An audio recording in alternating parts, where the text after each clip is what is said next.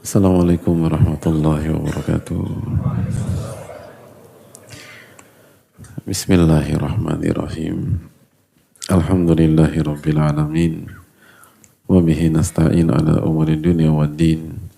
Wassalatu wassalamu ala ashrafi anbiya wal mursalin. Wa ala alihi wa sahbihi wa man sara ala nahjihi bi ihsanin ila yaumidin wa ba'd.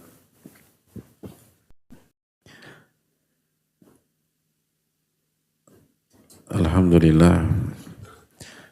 Nahmaduhu wa nasta'inuhu wa nastaghfiruh wa na'udzu billahi min syururi anfusina wa min sayyiati a'malina man yahdihillahu fala mudilla lahu wa man yudlil fala hadiya lahu nashhadu an la ilaha illallah wahdahu la syarika lah wa nashhadu anna Muhammadan abduhu wa rasuluh ya ayyuhalladzina amanu taqullaha haqqa tuqatih wa la tamutunna illa wa antum muslimun.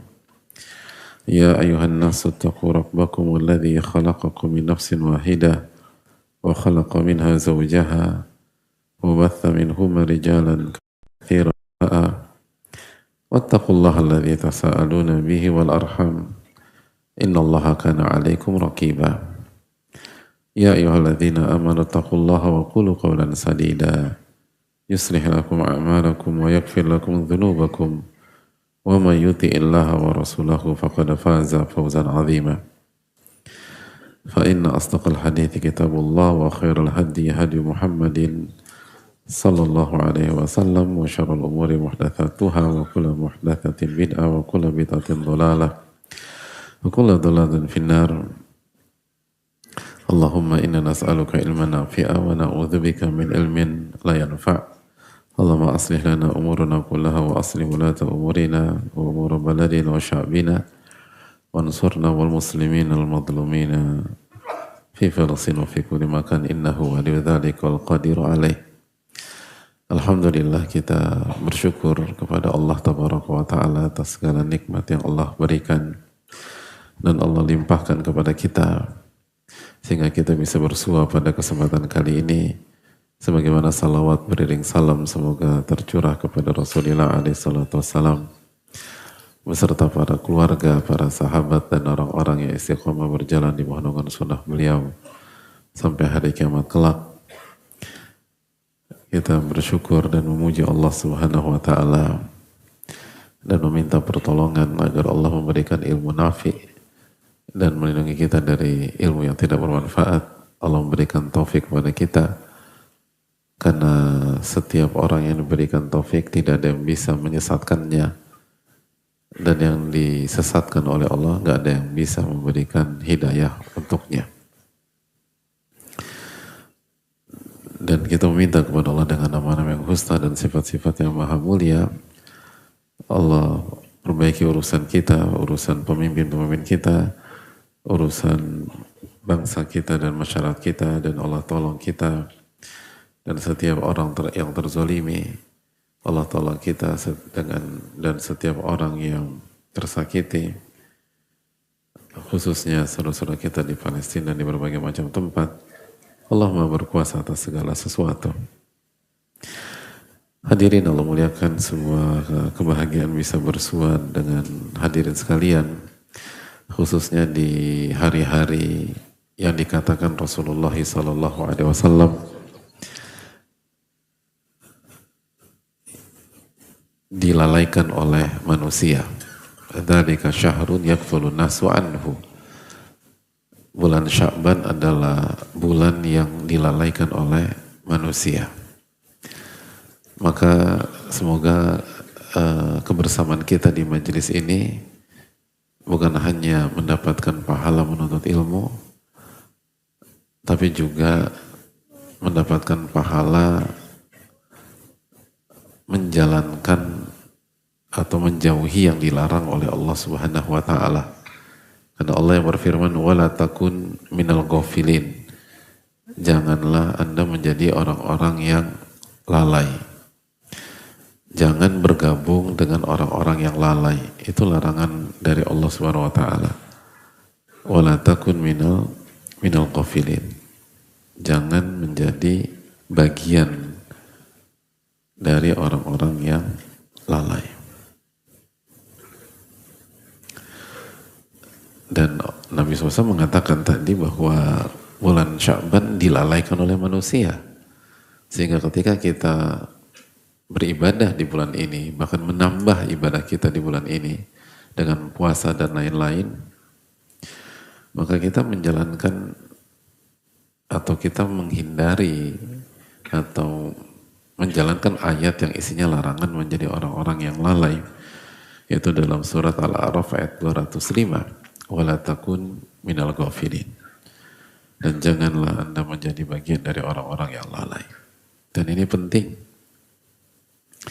karena sekali lagi kelalaian adalah pintu masuk syaitan. Pintu masuk syaitan. Ada yang masih ingat pintu masuk syaitan itu ada berapa, hadirin? Sebagaimana dijelaskan Ibnul Qayyim rahimahullah ta'ala. Ya. Waalaikumsalam warahmatullahi wabarakatuh. Tafrid dan ifrat. Tafrid wal? Masya Allah. Bukan itu, Mas. Tapi nggak apa-apa, yang penting berani. Itulah. Kata Ibnul Qayyim dalam Al-Fawaid bahwa belum menjelaskan sifat-sifat talibin nufudhi ila rabbil alamin wa daril akhirah. Sifat-sifat yang harus dimiliki oleh orang-orang yang berusaha kembali kepada Allah dan berusaha menjadi ahli akhirat. Dan sifat yang pertama kali disebutkan apa? Syuja'an. Dia harus jadi seorang pemberani, gitu.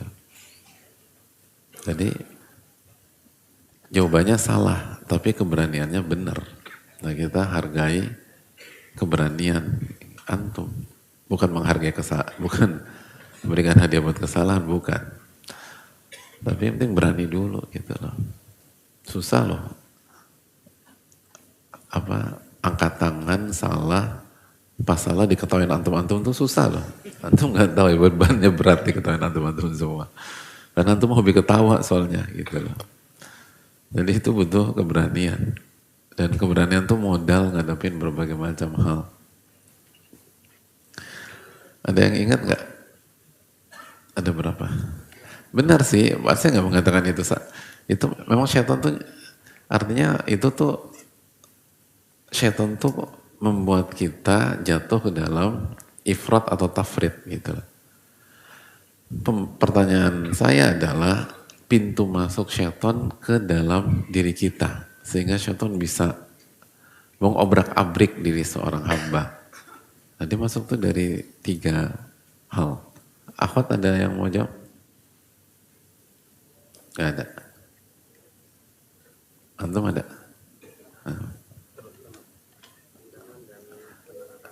Pandangan dan pendengaran. Pandangan dan pendengaran. Iya, salah. Syukran, makasih. Apa? Ya. Fungsinya untuk ambil mic-nya apa? Jadi jawabannya Pak Ustadz gitu. Kan harusnya begini ya. Bisa? Nggak bisa? Udah bisa. Assalamualaikum. Nggak bisa. Jawabannya hawa nafsu, Ustaz. Hawa nafsu? Di antaranya. Pinter, Masya Allah. Ya. Apa? Gulu dan meremehkan. Itu ifrat tafrid sama. Apa itu? Bismillah. Kelalaian, amarah dan hawa nafsu. Itu, Masya Allah. Jadi ada 3 kata Ibnu Qayyim rahimahullah. Ya abis, giliran bener abis tadi. Agak nyebelin ya. Yang salah dikasih begitu. Benar, mohon maaf abis tadi aja. Tapi emang takdirnya gitulah hadirin. Ya itu manusia kan gak sempurna. Jazakallahu khair. Tapi alhamdulillah masih ada. Jadi kata kata apa? Kata Ibnu Qayyim rahimahullah taala, itu maksudnya itu adalah hawa nafsu kita, lalu amarah kita. Kalau kita marah-marah itu masuk tuh. Kalau emosi, lalu yang ketiga kelalaian. Kelalaian. Begitu kita lalai dan segala macam masuk kita.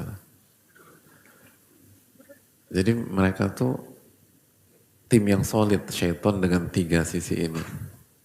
Jadi tetap yang nyerang sana nyerang sini itu syaitan. Namun itu tadi kalau 3 pintu ini diblok, itu susah dia ini. Makanya kan kata Nabi SAW, la taghdab, jangan marah. Karena begitu Anda marah, udah nggak bisa dikontrol. Dan syaitan yang mainin diri kita. Kecuali marah karena Allah Subhanahu wa ta'ala itu beda. Dan marah kepada Allah, marah karena Allah itu objektif. Itu pakai ilmu.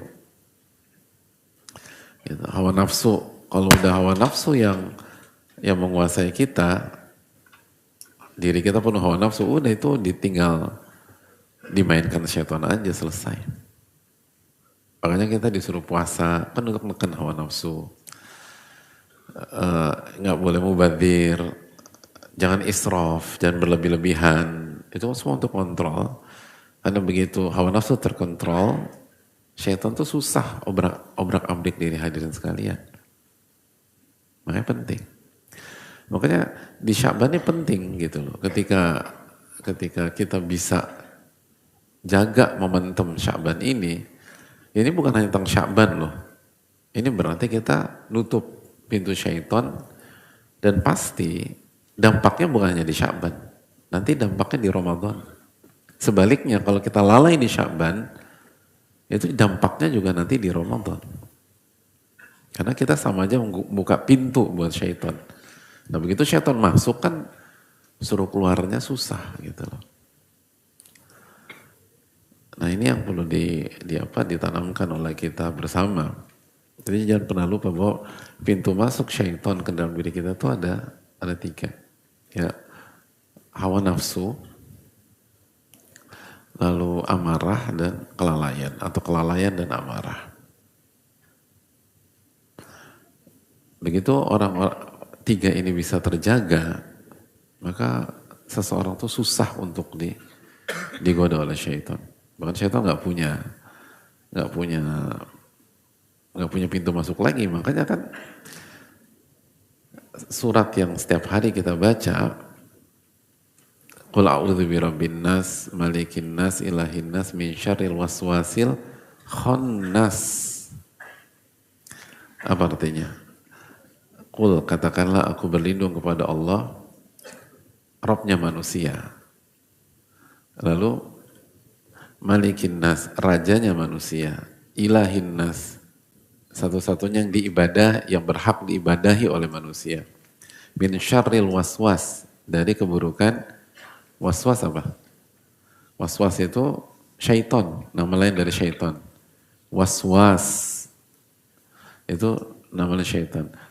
Syaitan yang apa? Al-Khannas. Apa tafsir Al-Khannas?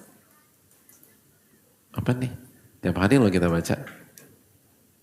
Apa hadir nggak baca surat ini tiap hari? Baca ya. Khannas apa? Ya apa? Apa? Tersembunyi. Ya. Tersembunyi. Kurang tepat. Masih tersembunyi. Khannas itu yang menyerang ketika kita lalai dalam berzikir dan mundur ketika kita solid dalam berzikir. Itu khannas. Jadi ada ayat yang sangat familiar, jadi hadirin jangan sampai lupa nih. Ayat yang sangat familiar ini menunjukkan bahwa begitu khannas itu, syaitan itu, jadi syaitan tuh ngoda tuh pakai strategi hadirin. Gitu. Jadi kalau bola nih bukan madzhab total football yang nyerang tuh enggak. Dia tuh nunggu hadirin lalai, Begitu lalai dalam berzikir, counter attack gitu, langsung serangan dan gol gitu loh. Itu efisien. Tapi kalau benteng hadirin solid, enggak dia. Gitu. Ditunggu sampai ada lalai baru serang. Gitu hadirin. Itu khonnas. Makanya susah banget ngadepin musuh kayak gini. Jadi begitu lalai, serang. Begitu lalai, serang. Tapi kalau kita kuat, ingat sama Allah nggak lalai, mundur dia. Tapi mundurnya bukan pulang kampung, tetap dia mati. Begitu hadir lalai, serang lagi.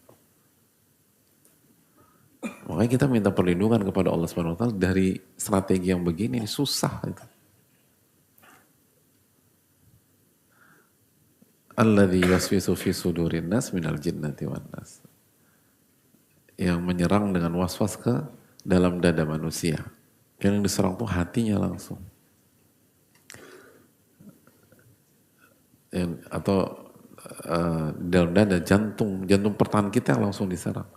Jadi dia nggak nyerang tangan, nggak nyerang kaki gitu loh. Enggak. Dia nyerang titik di mana idza salahat salahal jasadu kullu. Kalau ini baik, semua kita baik.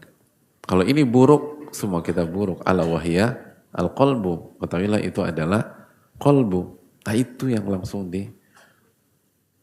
diserang oleh syaitan. Gitu. Makanya kita diminta untuk baca surat ini setiap hari, pagi petang dibaca. Setiap habis sholat wajib baca. Karena memang ngeri, menakutkan. Itu hadirin Allah muliakan. Jadi jangan sampai kita jadi orang-orang yang lalai di bulan ini. Karena kalau lalai di bulan ini, bukan hanya Sya'ban yang lepas, kemungkinan besar Ramadan pun juga lepas. Karena kita jadi dikuasai oleh syaitan. Syaitan masuk gitu. Padahal harusnya, idealnya ketika kita masuk Ramadan, kondisi hati atau kolbu kita lagi bagus gitu loh. Gitu loh. Gak cedera gitu loh. Kalau cedera kan repot tadi. Saya lagi fit, lagi oke, lagi bagus, sehingga masuk Ramadan tuh enak. Itu poin. Hadirin Allah muliakan, semoga Allah memberikan taufik kepada kita semua. Amin ya rabbal alamin. Dan sebelum kita masuk ke materi rutin kita, kembali kita ingin ingatkan tentang Lailatul Sya'ban atau Lailatul Nisfi Sya'ban, mohon maaf. Lailatul Nisfi Sya'ban atau min Sya'ban. Malam ke berapa? Nisfu Sya'ban itu malam ke berapa sih?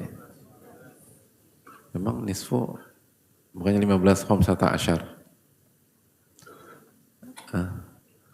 Nisfu itu setengah, bukan 15, setengah. Setengah bulan itu malam ke 15, gitu maksudnya. Loh iya. Enggak, kan.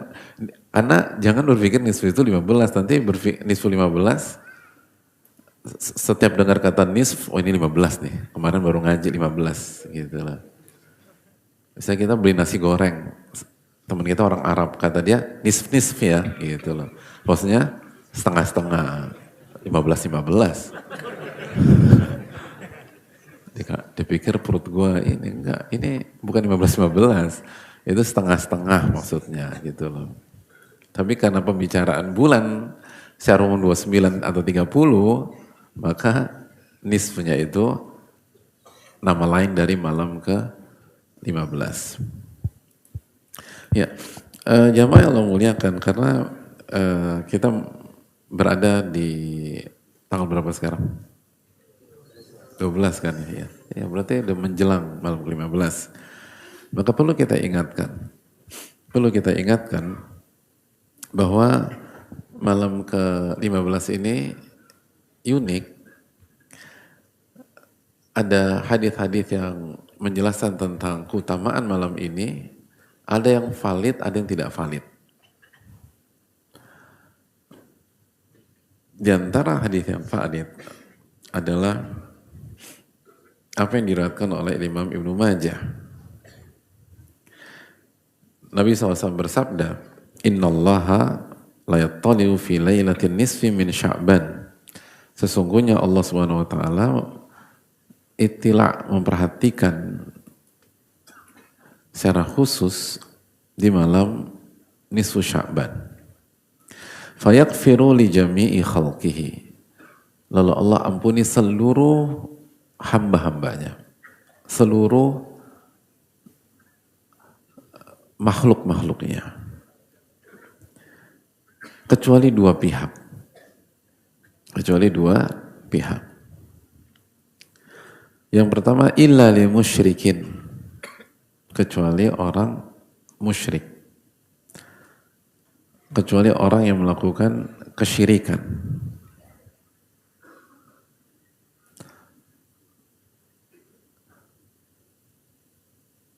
Yang kedua, au musyahid, atau seorang musyahid, atau seorang musyahid.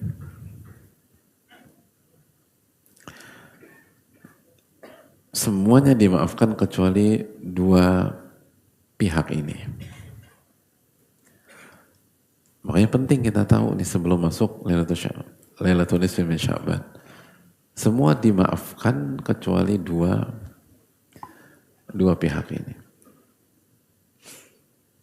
Yang pertama adalah musyrik, orang yang melakukan kesyirikan. Dan ini selaras dengan firman Allah Subhanahu wa taala dalam surat An-Nisa 48.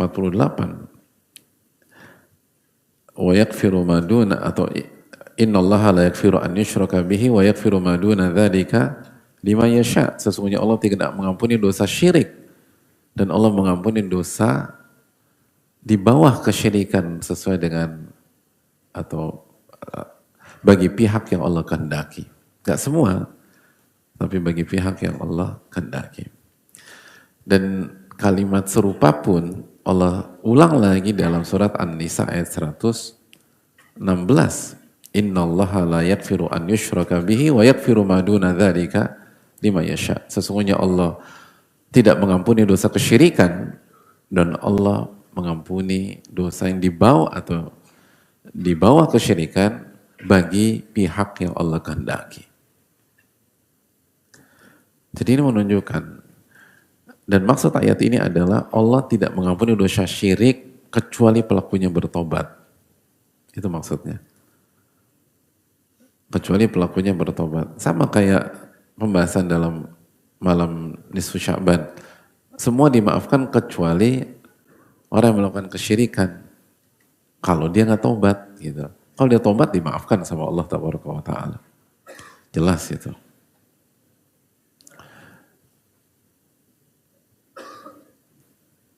Khalid bin Walid itu bertobat, dimaafkan sama Allah. Bahkan bukan hanya melakukan kesyirikan, memerangi Nabi SAW. Jadi bukan hanya melakukan kesyirikan, membela kesyirikan, memerangi Nabi SAW, memerangi tauhid, tapi begitu tobat, dimaafkan sama Nabi SAW. Oleh karena itu, hadirin Allah muliakan, hati-hati dengan dosa syirik. Khususnya ketika kita masuk ke malam yang diangkat oleh Rasulullah SAW. Dan jaga diri kita dari dosa syirik besar maupun dosa syirik kecil. Hati-hati dengan riya, hati-hati dengan sum'ah, hati-hati dengan ujub. Itu hal yang perlu kita jaga. Dan kalau terjatuh, tobat kepada Allah. Kalau enggak, kita enggak dapat ampunan. Itu poin. Poin yang kedua, au musyahid, atau seorang musyahid. Ada yang masih ingat dengan tafsir musyahid itu apa? Ya. Orangnya apa? Orang bermusuhan dengan saudaranya. Boleh. Benar-benar sekarang. Tapi ada yang lain. Masih ingat ya?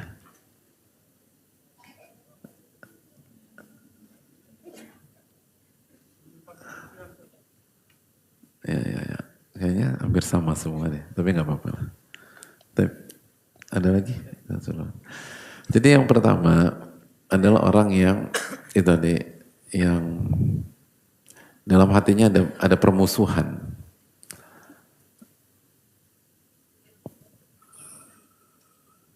Lalu apa? Itu ada permusuhan, dendam dan masalah-masalah duniawi gitu, kebencian gitu. Itu pertama. Yang kedua, orang yang membenci para sahabat Nabi SAW. Itu masuk juga ke makna musyahid, dijelaskan sebagian para ulama. Simpel aja. Kalau sekali lagi, kalau ada orang yang membenci hadirin sekalian, padahal kalian misalkan hadirin nggak bersalah, dizolimi, itu aja masuk kategori ini. Apalagi yang membenci Abu Bakar As-Siddiq radhiyallahu, apalagi yang membenci Umar bin Khattab radhiyallahu taala, apalagi yang membenci Utsman bin Affan, Ali bin Abi Thalib radhiyallahu taala, Aisyah radhiyallahu taala, dan seterusnya. Yang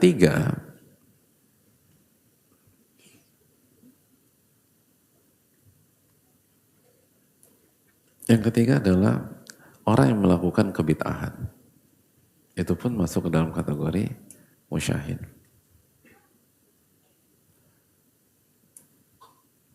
Orang yang melakukan ibadah yang tidak ada dalil atau contoh atau dalil dari Nabi SAW dan pendalilan yang benar dalam ilmu usul fikih dan keterangan para ulama kita. Nah, tiga pihak tersebut masuk dalam kategori musyahid. Nah, itu tidak diampuni, tidak dimaafkan oleh Allah Subhanahu wa Ta'ala. Hadirin Allah muliakan,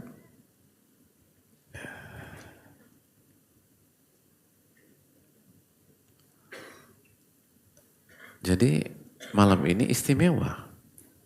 Namun yang menariknya, tidak ada, dijelaskan para ulama, tidak ada dalil yang valid tentang ibadah khusus di malam itu. Atau ritual khusus di malam itu.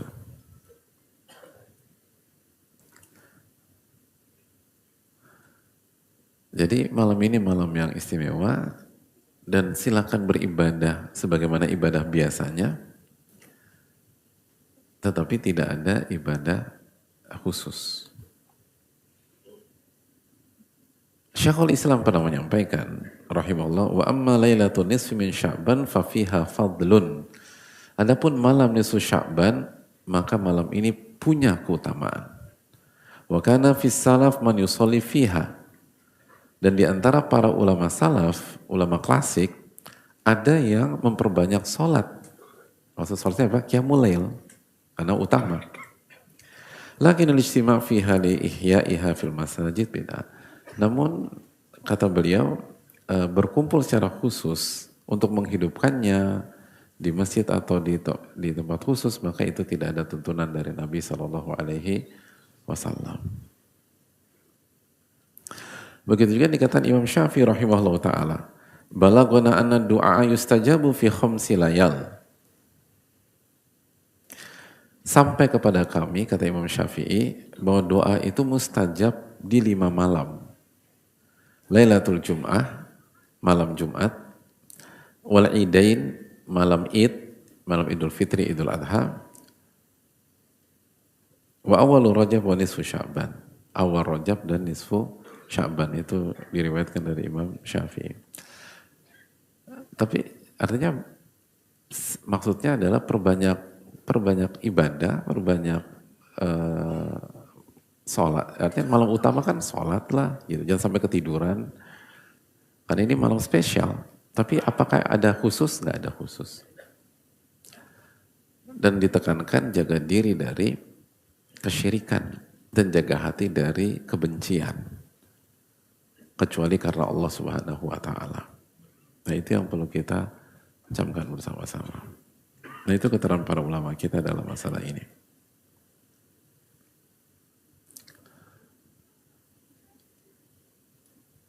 Hadirin Allah muliakan.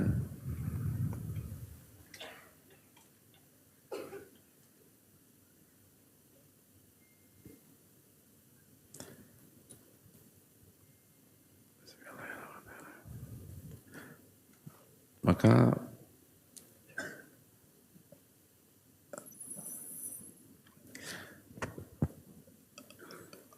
menarik nggak sih kalau kita lihat polanya? Artinya kalau kita diampuni oleh Allah Subhanahu Wa Taala di malam tersebut, ini kan modal besar untuk menghadapi dan masuk ke dalam Ramadan. Itu modal besar. Nah ini penting. Gitu. Maka sekali lagi tolong sikapi ini dengan seksama dan kembali kepada keterangan para ulama kita. Jadi sekali lagi jangan sampai menjadi orang yang musyrik. Terus yang kedua jangan bermusuhan dan masuk ke kategori musyrik hasad juga ya. Hasad, hati-hati. Jangan hasad sama orang, hikat, dengki, iri, itu membuat kita nggak diampuni oleh Allah SWT. Dan dengki, iri itu penyebab permusuhan. Penyebab permusuhan. Lalu cintai para sahabat Nabi SAW. Lalu yang ketiga, jangan buat ibadah yang baru. Yang tidak ada dalil dan tidak dijelaskan pendalilannya oleh para ulama.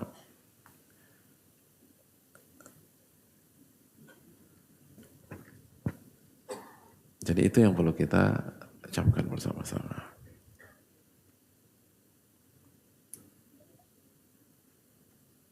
Allahu ta'ala alam bisawab.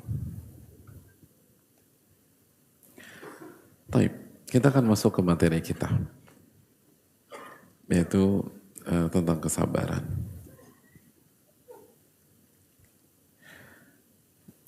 Hadirin Allah muliakan.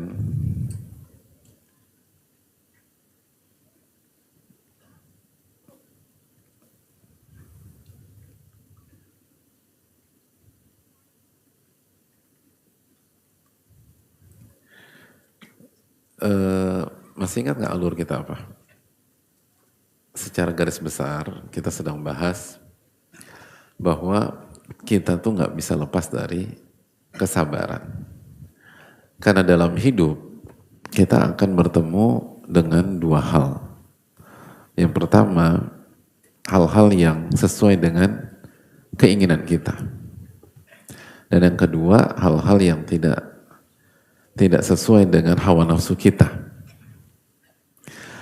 Adapun hal-hal yang sesuai dengan keinginan dan selera kita, itu ternyata lebih butuh kesabaran. Karena 4 faktor yang sudah kita bahas. Karena kalau kita nggak sabar, kita bisa ketergantungan. Kalau kita nggak sabar, kita bisa overdosis. Kalau kita nggak sabar, kita melupakan hak Allah yang ada di sana. Dan yang keempat, kalau kita nggak sabar, kita bisa gunakan itu untuk maksiat atau hal yang Allah benci. Dan susah. Makanya dijelaskan Abdurrahman bin Auf, sosok yang pernah merasakan kedua kondisi itu. Beliau pernah merasakan banyak uang dan beliau juga pernah merasakan nggak punya uang ketika awal hijrah ke kota Madinah. Beliau mengatakan ubtulina bidarra fasobarna. Kita tuh pernah diuji dengan kesulitan hidup dan kita berhasil sabar. Wabtulina bisarra falam nasbir. Lalu kita diuji dengan kesenangan hidup dan kita nggak sabar, tidak sabar. Tapi yang perlu kita ingat, kalau Abdurrahman bin Auf yang mengatakan ini bisa mengarah kepada ketawaduan beliau atau bisa menjadi pesan bahwa kita tuh nggak bisa sesabar ketika kita diuji dengan kesulitan hidup. Ini lebih berat maksudnya. Allah Ta'ala misalnya. Hadirin Allah muliakan. Lalu setelah itu kita bahas kondisi yang tidak sesuai dengan hawa nafsu kita.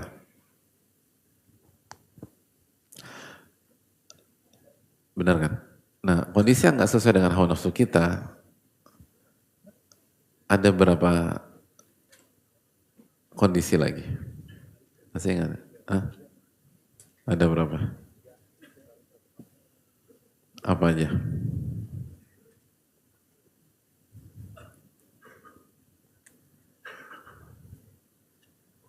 Hah? Apa aja? Hah? Pilihan seorang hamba terus?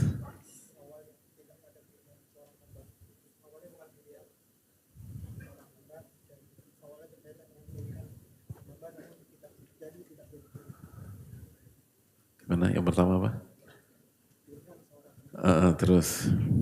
Awalnya tidak ada kaitan dengan pilihannya hamba tersebut. Terus awalnya berkaitan dengan pilihan hamba, namun jadi bukan pilihan. Iya. Jadi ada 3. Yang pertama,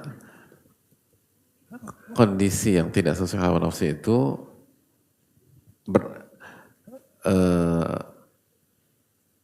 berkaitan dengan pilihan seorang hamba.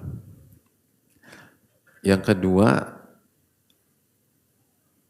dan maksud pilihan apa? Ketaatan dan meninggalkan maksiat. Atau ketaatan dan maksiat. Yang kedua, bukan pilihan. Maksudnya musibah. Gak ada yang mau ingin milih kena musibah. Tapi begitu kena musibah maka itu tidak, dan kita gak ada yang suka dengan musibah. Lalu yang ketiga, awalnya pilihan, lalu setelah itu tidak ada pilihan. Hadirin Allah muliakan, kita bahas yang pertama dulu, pilihan. Dan pilihan ini Ibnu Qayyim menekankan atau beliau membahas tentang ketaatan.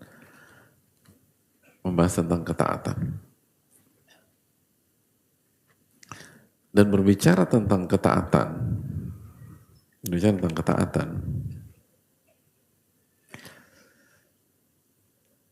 ternyata kita butuh sabar. Dan sabar ketika mengerjakan ketaatan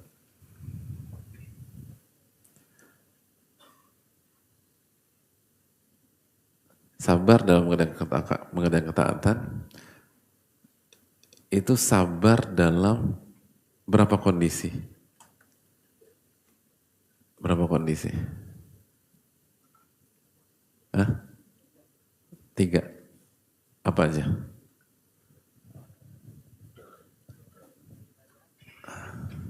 Terus? Yang pertama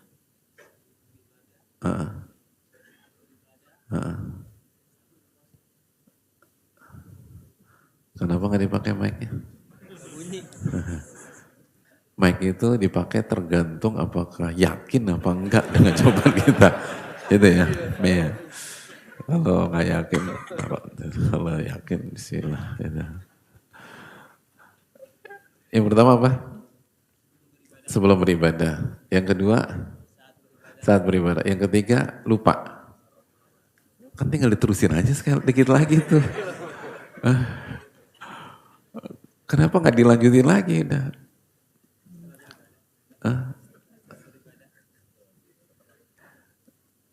Antum kan bilang pertama sebelum beribadah.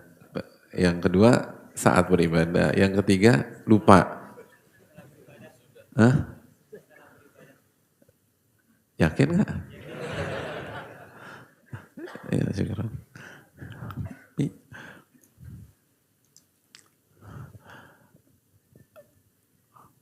Itu cuman butuh ilmu cuek aja, udah langsung nembak aja.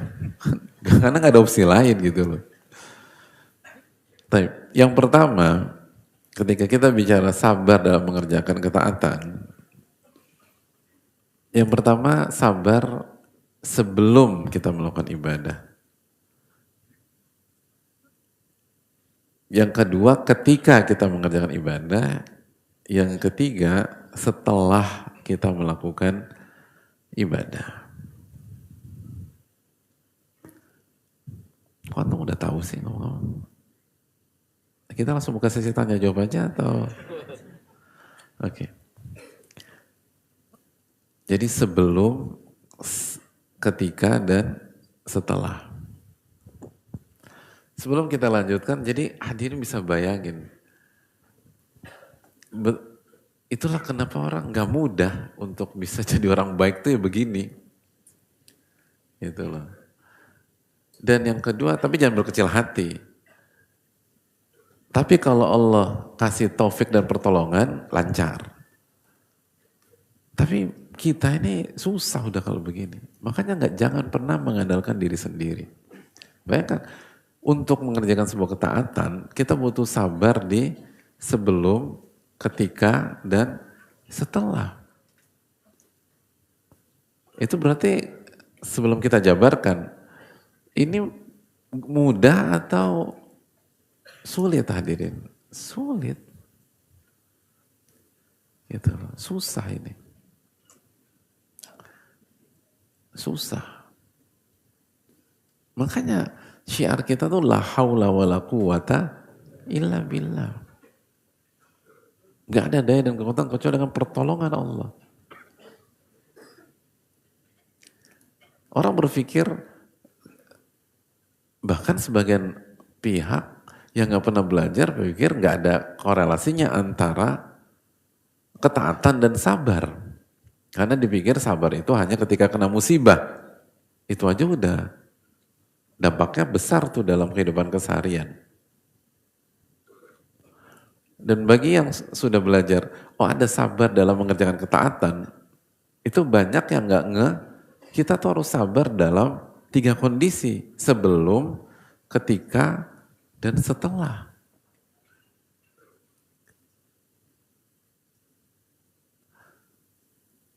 Jadi makanya jamaah, kalau kita merasa kok susah banget jadi orang baik, susah banget jadi orang soleh, emang hadirin.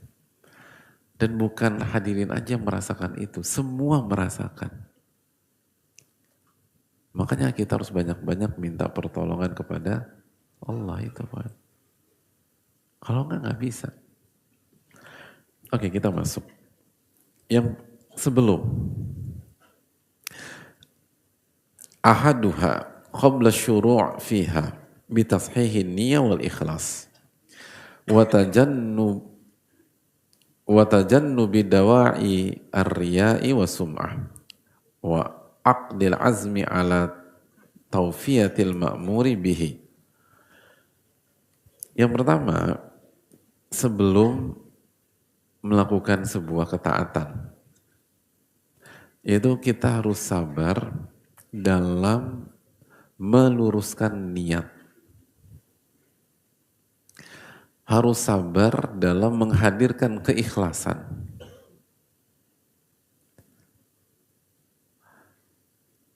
Dan menjauhi semua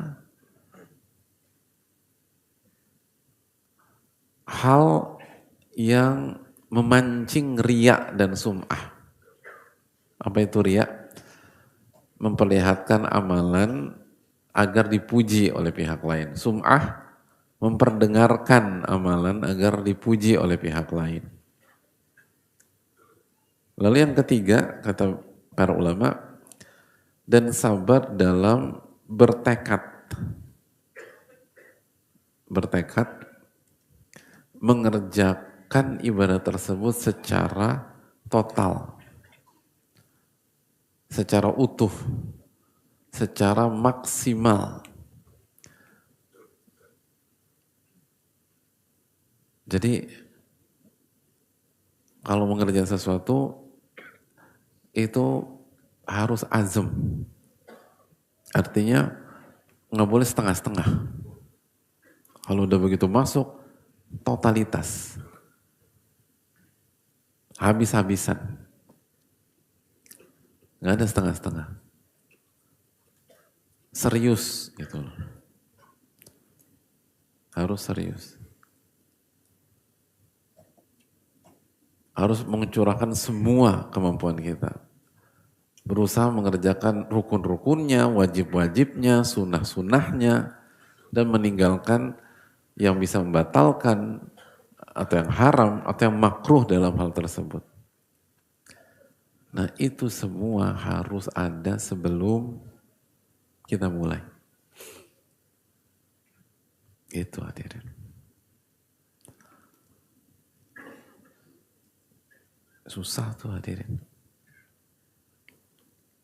Jadi sebelum mulai ibadah aja kita udah harus perang dan sabar dalam menjaga keikhlasan. Gitu. Menjaga niat. Karena godaan-godaannya banyak gitu loh. Goda-godaannya banyak. Lalu semua faktor yang mengarah kepada riya dan sum'ah harus ditutup semua. Harus ditutup. Padahal ada kesempatan cerita-cerita, enggak. Itu poin. Lalu kita bertekad, saya akan kerjakan secara totalitas. Saya akan kerjakan secara totalitas. Saya akan habis-habisan. Nah itu sebelumnya. Tapi bayangin ya kalau kita bisa begini nih setiap ngerjain ibadah, betapa tingginya kualitas hidup kita gitu. Dan betapa tingginya kualitas diri kita hadirin. Semua dipersiapin. Jadi orang tuh kalau misalnya mau sholat tuh nggak main asal, ayo udah sholat saya komat, langsung Allahu Akbar, nggak gitu, gitu loh. Nggak sesederhana itu harusnya.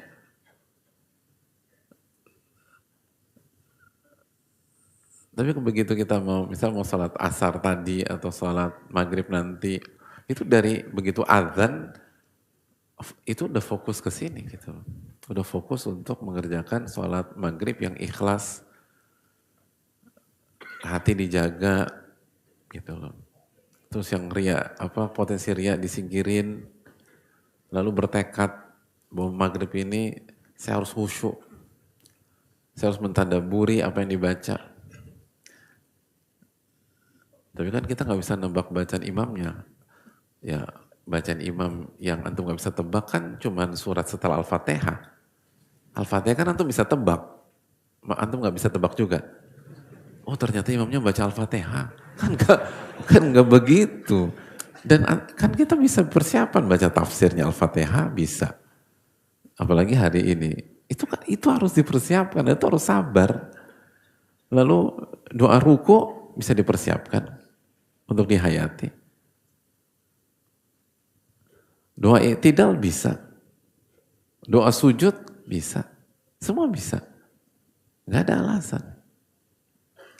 Jadi semua tuh harus disapu bersih. Dan semua disingkirkan gitu loh. Itu masalah sholat. Kajian gitu juga. Kalau kita ingin berhasil, kajian tuh dari awal niatnya dijaga, ingin dapatkan ilmu nafi. Agar menghilangkan kebodohan dalam diri saya dan bisa saya amalkan dan menghilangkan kebodohan dari orang-orang di sekitar saya, yang jadi tanggung jawab saya. Bisa saya amalkan buat anak, buat istri, dan seterusnya. Itu mau berangkat tuh udah itu niatnya. Cari ridho Allah Subhanahu wa Ta'ala. Dan dihayati kalau ada kendala di jalan, maka itu akan meningkatkan pahala. Inna idhamil jaza ma idhamil bala. sesungguhnya bersama dengan sesungguhnya besarnya pahala tergantung sulitnya ujian atau ibadah. Jadi nggak dikit-dikit begitu macet balik kanan pulang, udzur syar'i, nggak bisa begitu. Dikit-dikit itu lemah mental bisa jadi. Justru semangat. Terus tekad pokoknya saya harus gimana caranya, kan ini tadi al-azm ala taufiyatil ma'muri bih, punya tekad untuk sapu bersih. Jadi kalau kita ke depan nih, kalau kita ingin ikut kajian, itu dari awal kita harus berazam bagaimana mengikuti sebuah kajian dari detik pertama sampai detik terakhir. Itu kalau kita mau maju secara kualitas hidup ya. Walaupun sekali lagi, kalau nggak bisa kecuali 5 menit doang, lakukan. Kalau nggak bisa kecuali misalnya di 20 menit pertama tapi harus pergi, lakukan.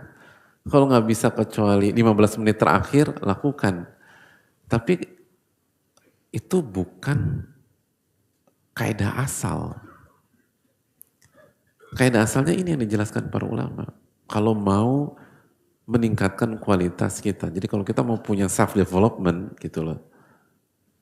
Kita ingin membangun diri kita sendiri menjadi lebih berkualitas, lebih beriman, lebih bertakwa.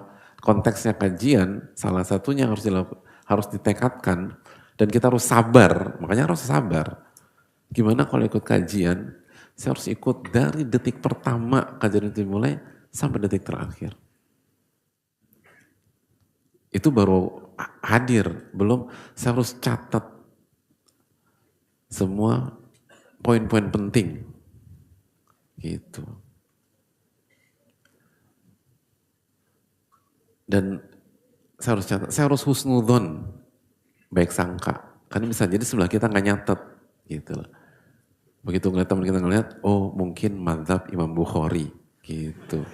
Karena Imam Bukhari nggak nyatet, nanti belum catat di rumah, gitu loh. Oh, Bukhari ya, gitu loh. Kan gitu. Husnudzon, nggak boleh suudzon, nggak boleh buruk sangka sama orang. Kita dididik para ulama itu untuk baik sangka. Gitu loh. Gitu loh. Tapi jangan nyinyir juga. Saya muslim gitu loh. Bukhari muslim jadi. Tapi Imam Muslim memang nyatet hadirin. Jangan. Jadi baik sangka sama orang. Tapi buat kita nih harus catat. Karena hafalan saya lemah. Lalu abis itu direnungkan, ditadaburi, didiskusikan kalau datanya couple atau keluarga, dievaluasi. Sampai rumah dibaca lagi. Gitu. Ada jamaah hadirin. Jamaah lama. Itu kalau kajian, dulu banget ini zaman bahala. Itu beliau tuh siap buku, alat tulis, sama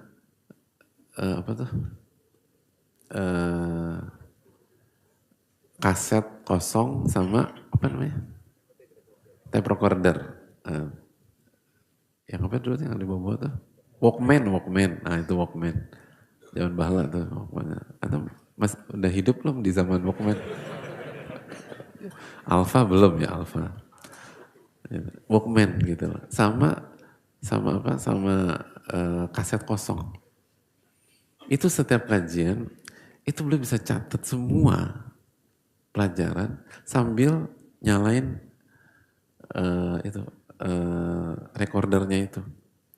Udah selesai, pulang ke rumah diputar ulang, dicatat lagi. Saya juga bingung apa yang dicatat karena catatan di kajiannya udah top banget udah, tapi tetap dicatat gitu. Jadi koleksi di rumahnya itu kaset kajian tuh full, gitu. Sampai begitu, sampai demikian. Dulu tuh ada orang-orang kayak gitu. Hasilnya apa? dia yang maju dan melejit dibanding yang lain. Ini kan semua tentang kita mau berkembang sejauh apa, kan itu. Makanya nggak bisa dipaksa. Dan orang beda-beda. Dan kita harus hargai perjuangan setiap orang. Tapi hidup kan cuma sekali, hadirin. Gitu. Poin ini mengajarkan kita, kalau mengerjakan ibadah, totalitas. Habis-habisan. Jadi udah berazam, saya akan totalitas kalau dalam kajian ya, saya akan totalitas untuk menuntut ilmu. Terus jaga diri dari riya, dari sum'ah. Gitu loh. Hati-hati gitu loh. Jangan sampai kita sampaikan kita mau kajian dan akhirnya ada riya terselubung, kita ingin dipuji gitu loh. Dan kita menikmati pujian gitu loh. Hati-hati itu. Dan itu capek, itu letih, itu lelah. Dan semuanya bukan hanya kajian aja, ini kajian, nanti sholat juga gitu loh. Semua tuh diperhatikan, adab-adabnya, pakaiannya, lalu tadi pentadaburan, penampilan di hadapan Allah Subhanahu Wa Taala. Kadang orang tuh mau sholat pakaiannya berantakan, gitu loh. Secara syarat masuk misalnya, tapi Anda ketemu bos Anda kayak gitu nggak, gitu loh. Anda mau interview pekerjaan, ketemu HRD gitu, seperti itu enggak? Kenapa ketemu manusia bisa rapi, tapi munajat sama Allah pas-pasan? Kan itu tanda tanya. Dan untuk mempersiapkan itu semua, butuh sabar, hadirin. Butuh sabar. Jadi poinnya adalah sebelum mengerjakan sebuah ibadah, kita persiapkan hati kita, keikhlasan kita, dan bagaimana mengerjakan ibadah tersebut totalitas, gitu loh. Ya, totalitas, nggak setengah-setengah. Makanya para ulama seperti Syekhul Islam menekankan iyyaka wa tansif. Kalian tuh jangan punya mentalitas setengah-setengah. Karena kata sebagian para ulama, setengah-setengah itu merusak. Dan terkadang di sebagian hal, mendingan nggak sama sekali daripada setengah-setengah. Jadi setengah-setengah itu bukan hal yang positif secara umum. Kalau mau, azam. Gitu. Bertekad untuk menyelesaikan semua. Habis-habisan. Coba deh, kalau hadirin membangun ini nih, jadi hadirin misal hari ini bawa pulang ini aja, lalu coba diterapkan dalam kehidupan sehari-hari, itu luar biasa. Ikut tahsin misalnya, atau kelas baca Quran. Jadi begitu daftar, tekadkan. Insya Allah sampai bisa. Gimana caranya nggak mau tahu, harus bisa. Bismillah. Bukan, dan saya akan hadir di semua sesi. Gitu. Ila insya Allah, kecuali Allah takdirkan saya sakit atau enggak. Dan begitu saya masuk, saya akan totalitas. Dan jaga keikhlasan. Gitu. Hati-hati jaga keikhlasan. Dan semua hal-hal yang menjurus kepada riya di-cut, dipotong, ditutup, tutup, gitu hadir. Dan kalau ikut tahsin, saya nggak mau terlambat. Gitu. Saya tadi harus datang dari detik pertama sampai detik terakhir. Gitu. Dan kalau saya nggak tahu, tanya. Gitu. Jadi mentalitas kita ngerjain sesuatu itu berikan yang terbaik. lakukan semaksimal mungkin. Kalau bisa 100%, kenapa 99%? Kalau bisa 99%, kenapa 98%? Kalau bisa 98%, kenapa 97%? Kalau bisa 97%, kenapa 96%? Itu yang harus jadi pola kita sebagai muslim. Dan untuk bisa demikian butuh sabar. Nah ini sabar. Capek-capek. Tapi 1 tahun hadirin seperti ini, akan ada banyak perubahan besar dalam hidup hadirin sekalian. Benar. Akan ada banyak perubahan besar dalam diri hadirin sekalian. Cuman ini aja, pokoknya kalau ngerjain sesuatu saya akan totalitas. Dan sabar gitu untuk itu. Itu poin. Dan itulah Nabi SAW dan para sahabat radhiyallahu anhum. Makanya lihat Nabi SAW, mau diuji kayak apapun, mau dihina kayak apapun, mau difitnah kayak apapun, maju terus saja. Bahkan ketika keluar dari kota Mekah, kata Nabi SAW, ya Mekah, wahai Mekah, engkau adalah tanah atau kota yang paling Allah cintai dan aku cintai. Kalau bukan karena kau mau mengusir aku dan aku diperintahkan untuk itu, aku gak akan keluar. Makanya kan ketika Nabi SAW menyampaikan tentang hijrah ke Abu Bakar As-Siddiq radhiyallahu ta'ala, apa kata Nabi SAW? Bahasa yang dikatakan Nabi SAW apa? Umirtu bil hijrah, kata Nabi SAW. Ya Abu Bakar, saya sudah diperintahkan untuk hijrah. Beliau gak mengatakan, kayaknya udah gak kondusif nih Abu Bakar, agak deg-degan nih aku nih, gitu loh. Kayaknya aku mau dibunuh nih, gak bilang begitu Nabi SAW. Gak mengatakan itu. Padahal jelas tekanan luar biasa. Khususnya setelah Abu Thalib wafat. Tapi Nabi SAW gak demikian. Itu poin penting. Jadi hadirin Allah muliakan. Mentalitas itu yang diperlihatkan Nabi kita SAW. Dan itu susah banget. Hanya orang-orang yang sabar yang bisa demikian. Begitu kita ini totalitas.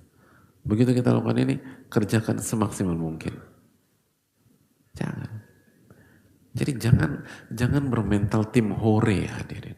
Jangan. Oh yang penting ikut, yang enggak. Kita harus punya mentalitas juara. Kalau bisa dikerjakan, kerjakan. Fattakullah mastata'tum. Makanya kan kata Nabi SAW, sholli qa'iman, sholatlah dalam kondisi berdiri. Fa'illam tastati faqa'idan. Kalau nggak bisa berdiri, duduk. Fa'illam tastati fa'ala janbin. Kalau nggak bisa duduk, baru tiduran tapi mengarahkan anggota tubuh bagian depan ke arah kiblat. Fa'illam yastati famustalqiyan. Kalau nggak mampu juga, baru tidur telentang, kaki dan tubuh menghadap kiblat. Jadi ini kan mengajarkan, di samping berbicara tentang hukum fikih, tapi ini juga mengajarkan kepada kita mentalitas. Kalau Anda bisa berdiri, berdiri. Jangan langsung pilih duduk. Atau jangan milih berbaring. Kerjakan step by stepnya. Nah ini tuh prinsip tuh mahal banget dalam hidup. Dan akan membuat kita melejit. Demi Allah melejit. Coba lakukan itu. Dan mengerjakan sesuatu tuh gak ala kadarnya. Gak sekedarnya. Gak yang penting ngerjain. Yang penting udah ya gue ngerjain ya. Enggak. Tapi ngerjain sebuah hal tuh sepenuh hati. Zahiran wa batinah. Secara zahir kita hadir. Secara batin kita hadir. Itu kan. Dan itu susah. Kecuali kita butuh sabar. Terapkan di semua kegiatan. Gak berhenti di tengah jalan gitu loh. Kan makanya banyak kita tuh kan masalahnya berhenti di tengah jalan. Tadi belajar baca Quran berhenti tengah jalan. Ikut kajian rutin berhenti tengah jalan. Akhirnya gak dapat apa-apa. Nggak dapat apa-apa. Hidup itu nggak bisa berhenti tengah jalan, kecuali ada udzur syar'i. Kalau nggak kita secara umum nggak dapat apa-apa. Nggak dapat apa-apa. Coba hadirin perhatikan. Hidup itu secara kaidahnya, kalau kita ingin berhasil, begitu kita nyebur, kita nggak boleh balik kanan. Jalan terus itu. Kan, makanya waktu nggak bisa berhenti. Waktu itu jalan terus. Demikian. Begitu berhenti, udah berantakan lagi semua. Berantakan semua. Hidup itu demikian.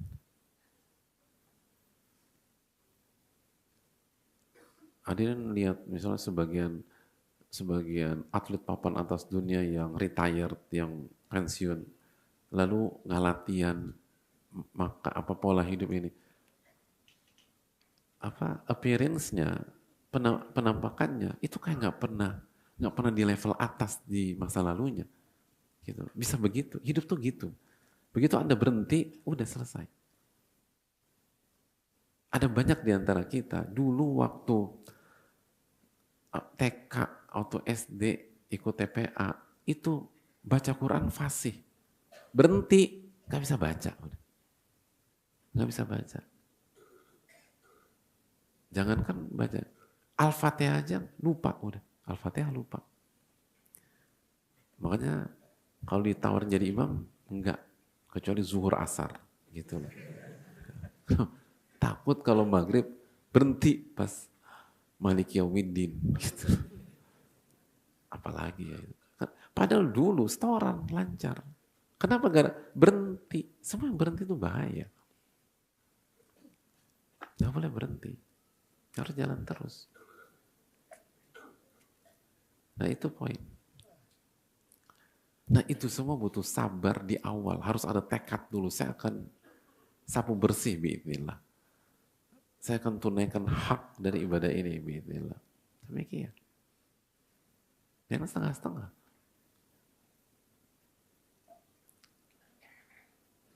Semua demikian. Haji atau umroh kan itu bertekad gitu, jaga keikhlasan. Gitu. Hati-hati dipuji lalu besar dan bangga-bangga atau ini. Atau jangan ngincar gelar jadi Pak Haji, Bu Hajah, itu kan nggak mudah. Gitu. Lalu hati-hati ketika kita cerita tentang gimana haji kita begitu indah, akhirnya dipuji orang jadi sum'ah. Itu kan berat. Terus berazam, pokoknya umroh kali ini atau haji kali ini saya mau sapu bersih. Nggak mudah loh gitu.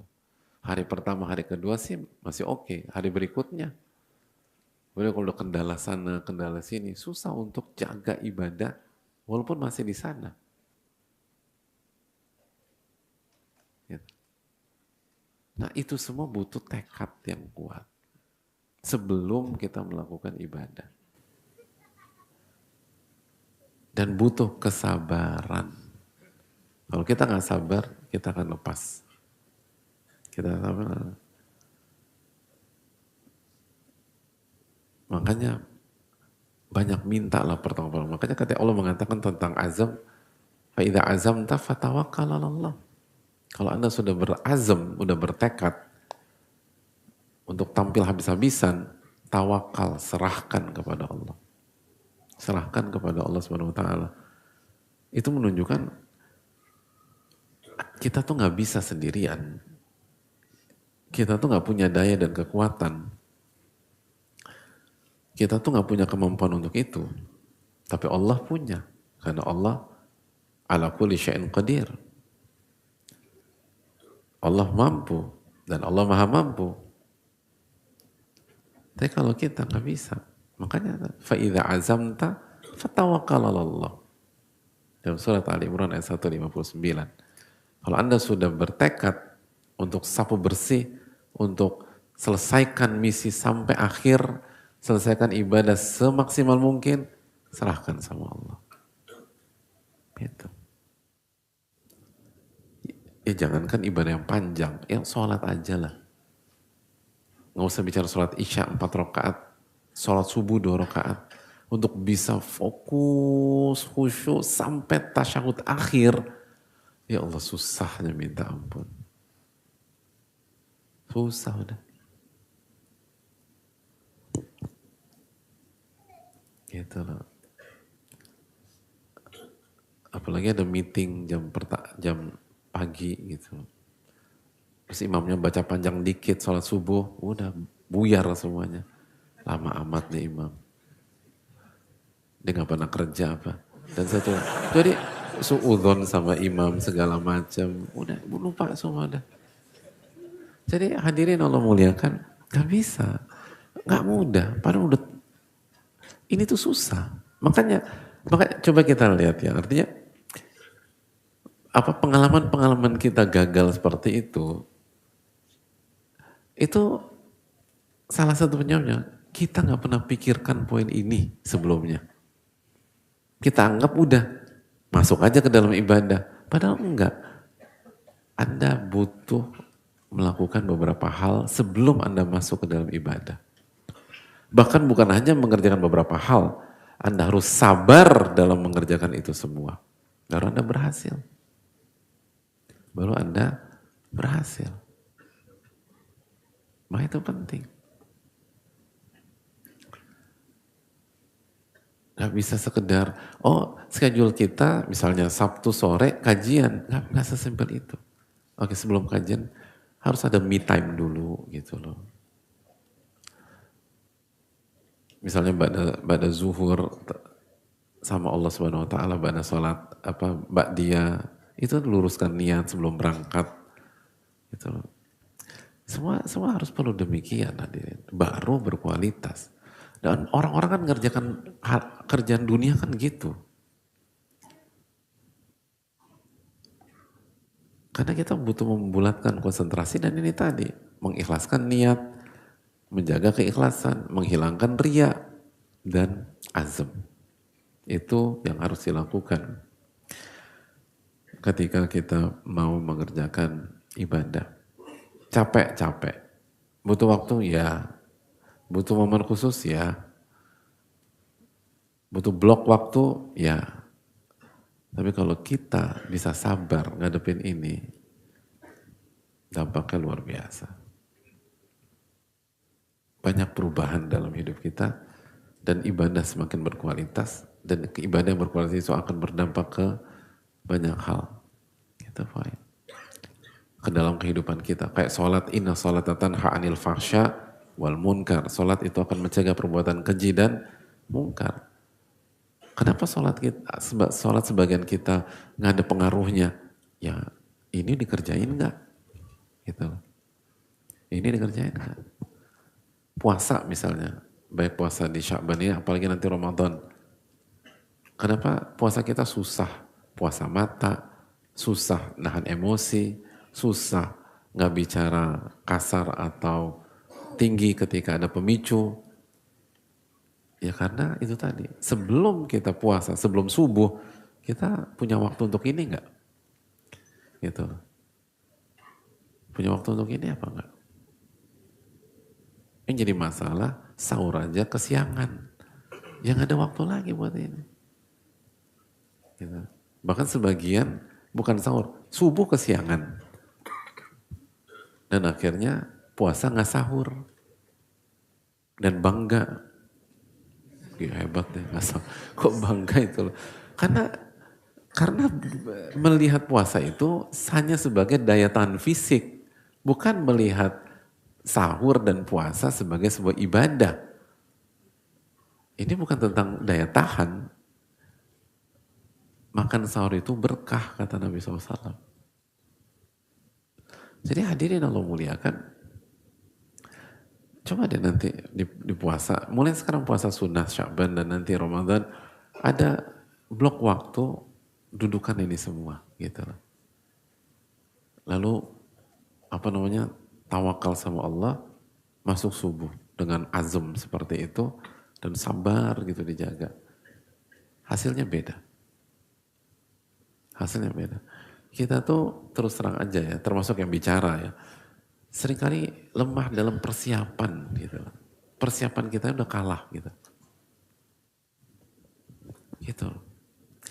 Hadirin coba lihat orang-orang ngerjain hal-hal duniawi ya, gimana persiapannya gitu. Pemain bola gitu persiapannya gimana? 4 jam, 5 jam sebelum pertandingan udah datang. Udah warming up, lari-lari segala macam. Lalu konsentrasi gitu loh. Ada aja mereka tuh nanti ngapain lah gitu-gitu. Untuk bisa fokus, membangun gairah, menyimpan energi. Itu ngerjain hal duniawi itu. 5 jam, 4 jam. Bahkan supporter belum datang, mereka udah datang. Lari sana, lari sini. Hasilnya mereka di bidang itu di level dunia.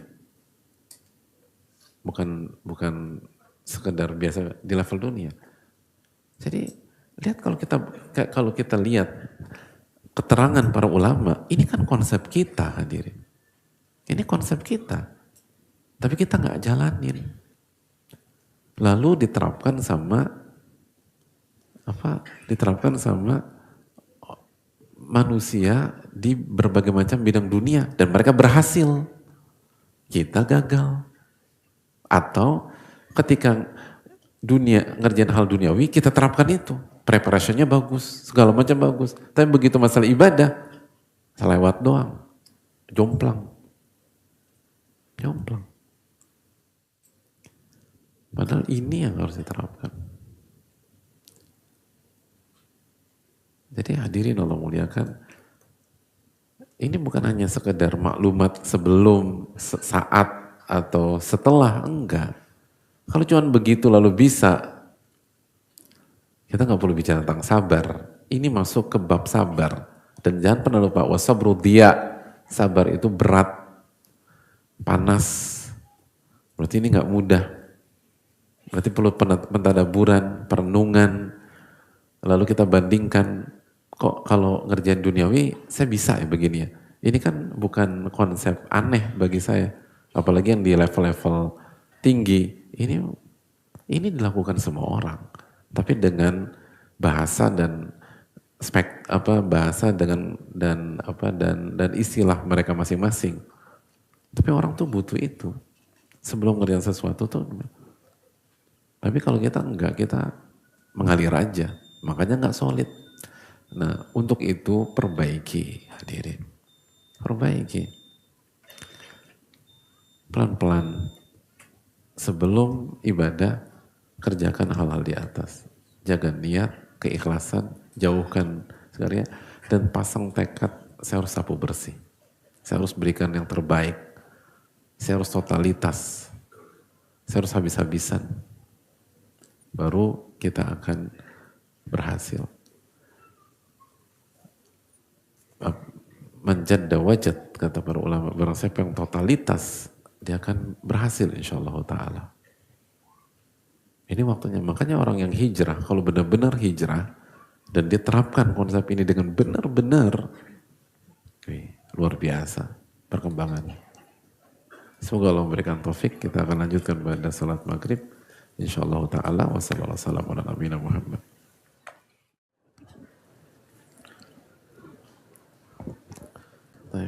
Assalamualaikum warahmatullahi wabarakatuh. Bismillahirrahmanirrahim. Alhamdulillah wassalatu wassalamu ala rasulillah wa ba'd. Jamaah sekalian Allah muliakan, kita buka sesi tanya jawab. Semoga Allah memberikan kita ilmu nafi dan menjaga kita dari ilmu yang tidak bermanfaat. Amin ya rabbal alamin. Ada pertanyaan?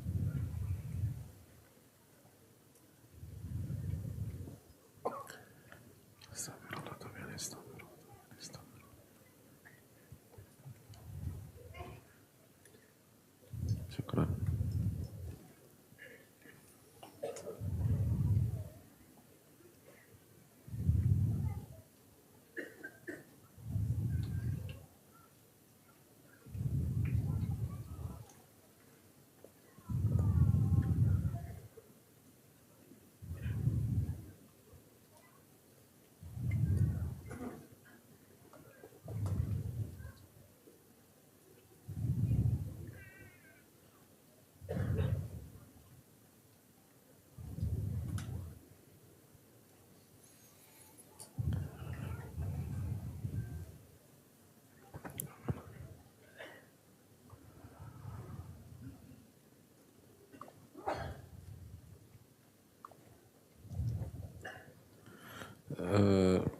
Assalamualaikum Waalaikumsalam warahmatullahi wabarakatuh.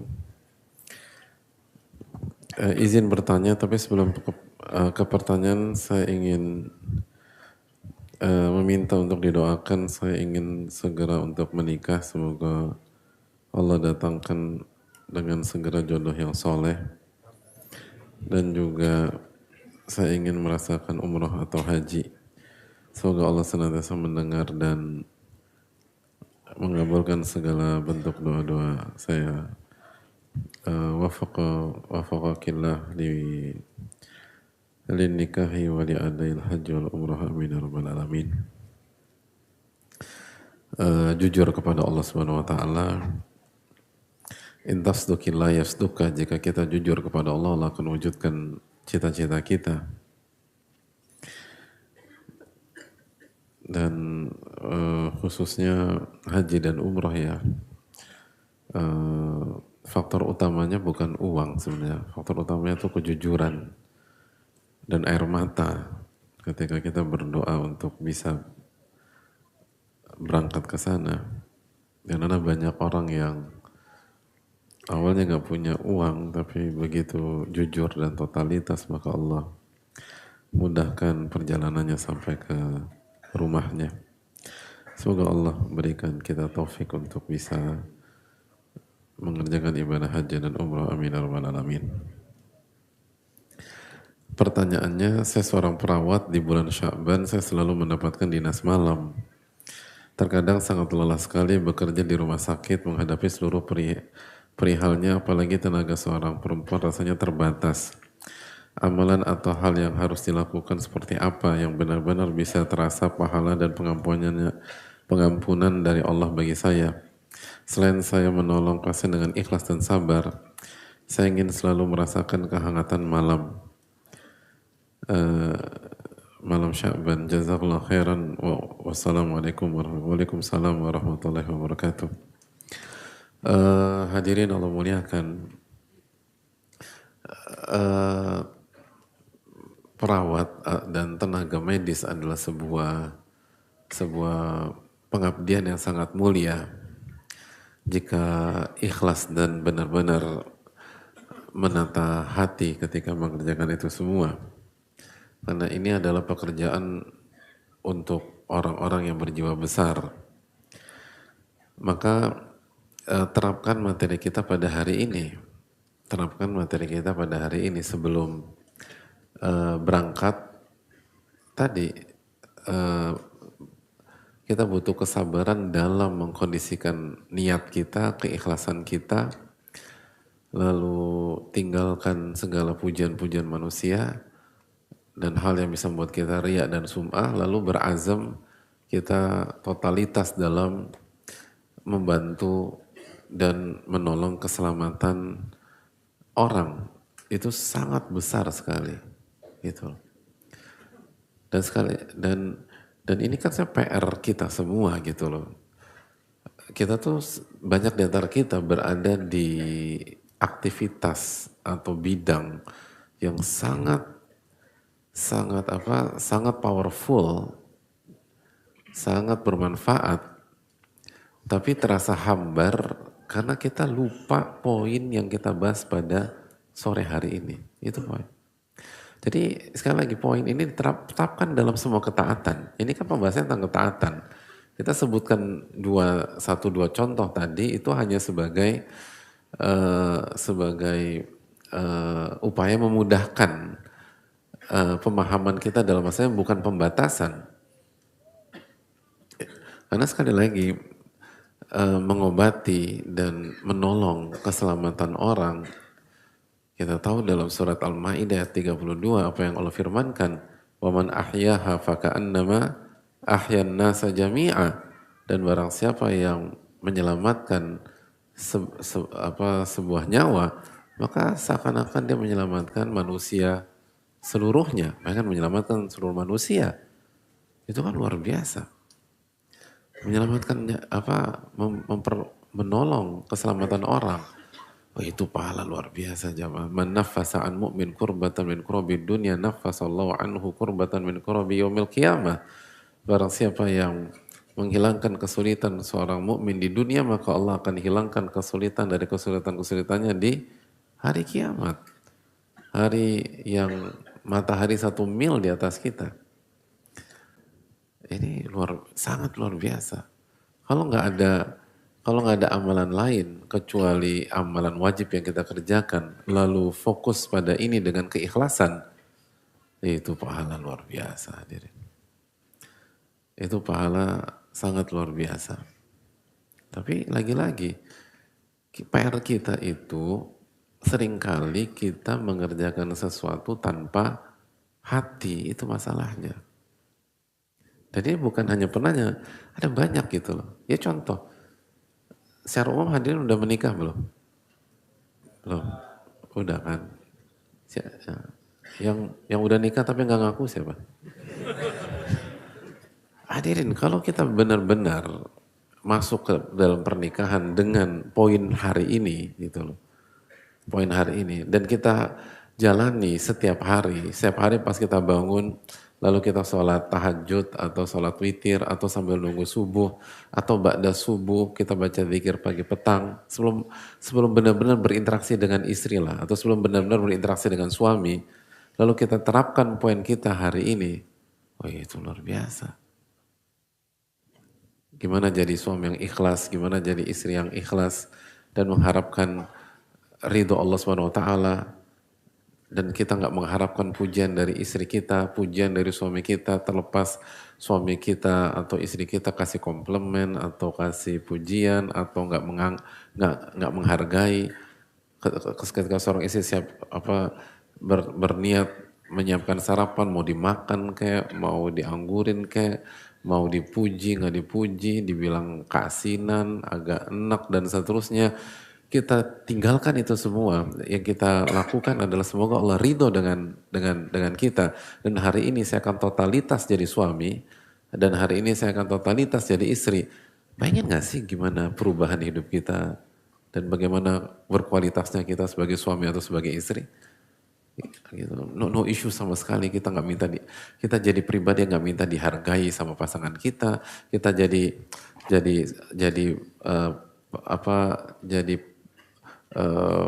person atau persona yang nggak minta dikasih komplimen dari pasangan kita, nggak gila atau nggak berharap dipuji sama mereka.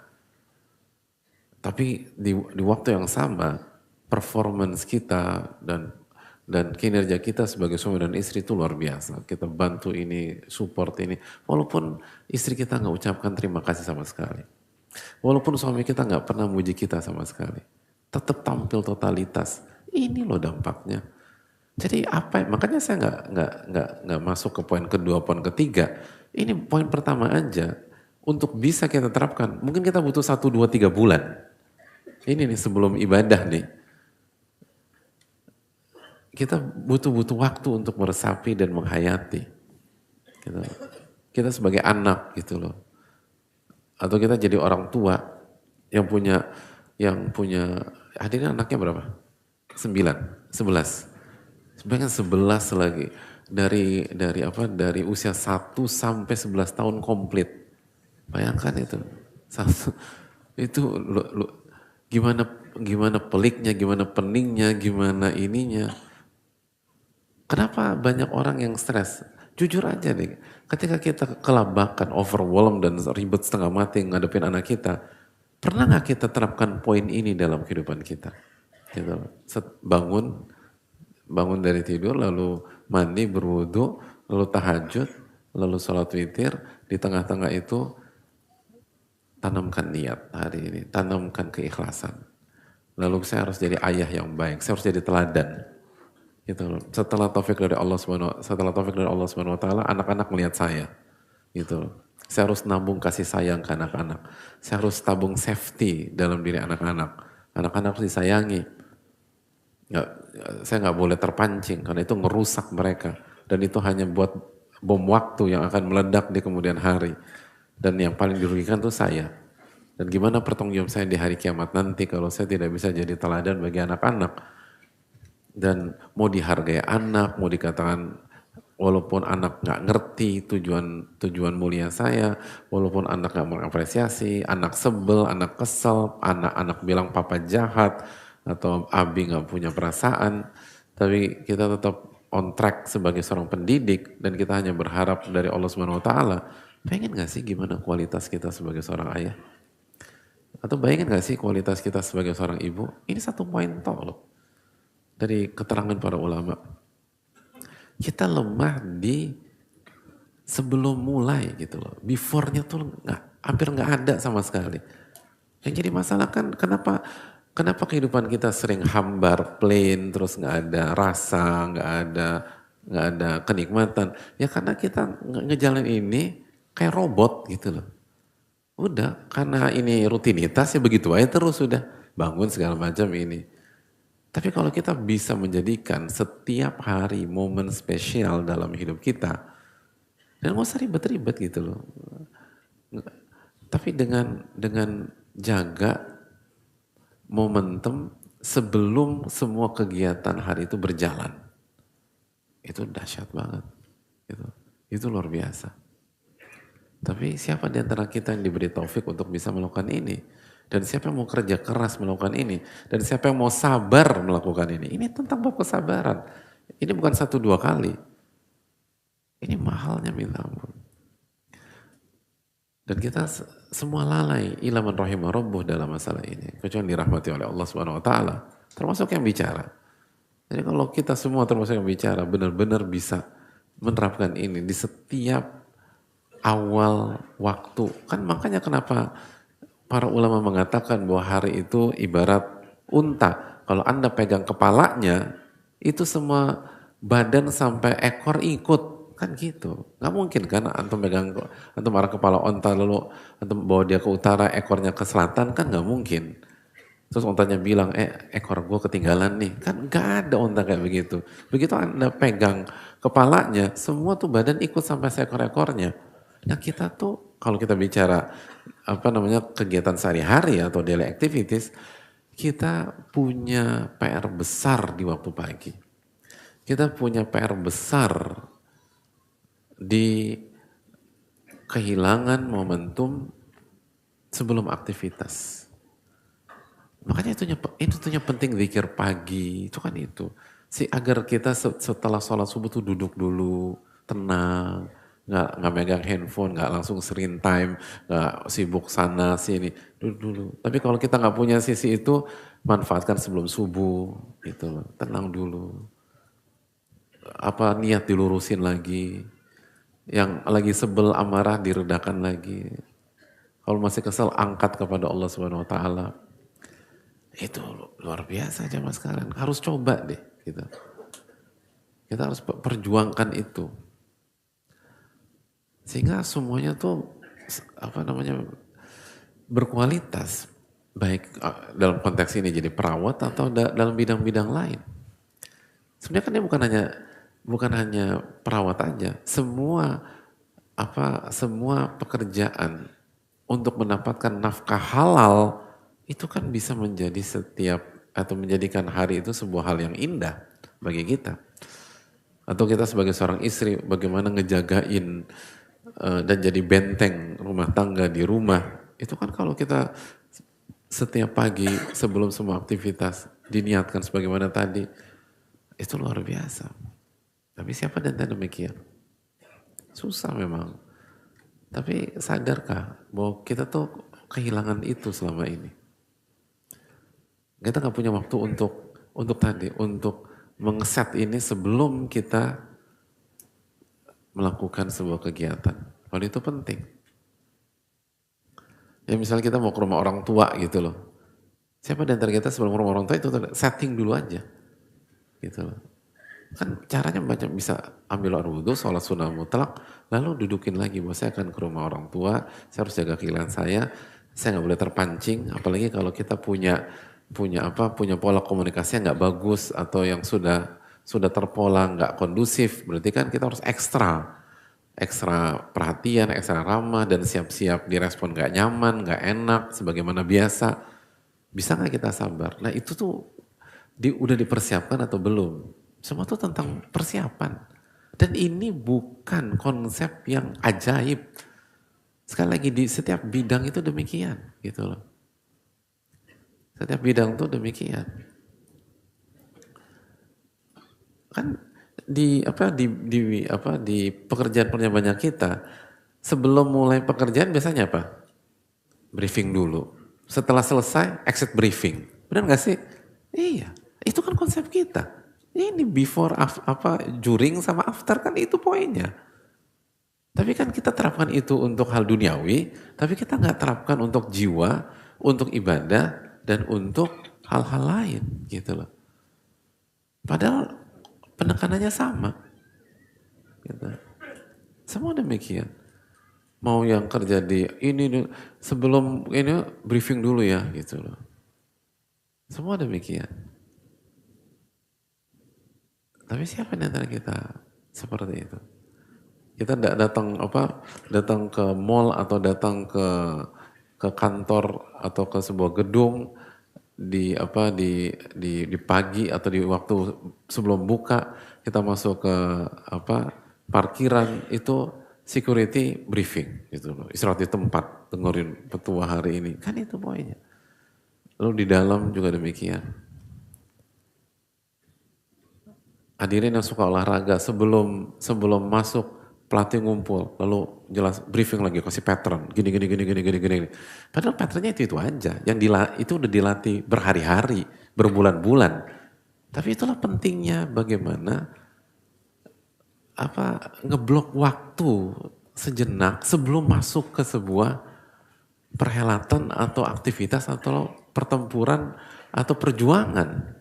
Tapi pertanyaannya, siapa yang menerapkan itu di keluarga? Siapa yang menerapkan itu di rumah tangga? Siapa yang menerapkan itu? Atau nggak usah inilah, kepada diri sendiri aja deh.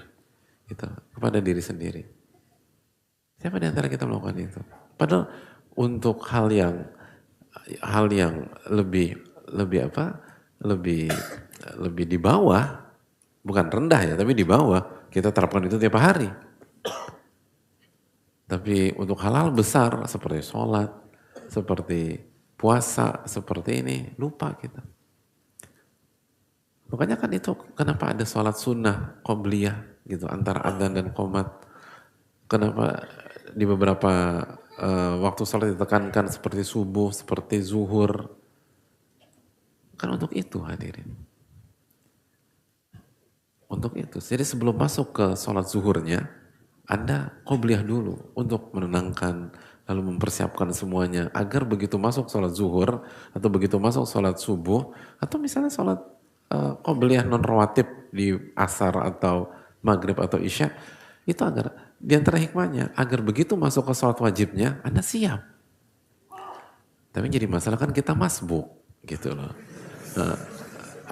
Di tasyahud akhir lagi, jadi gimana caranya? Ya dapat. Kan kita selalu berpikir kan gimana dapat pahala jamaah enggak? Ya bismillah dapat, tapi apakah kualitasnya? Anda dapatkan? Anda enggak dapat kualitas seringkali. Kecuali ada uzur. Dan itu bukan kebiasaan.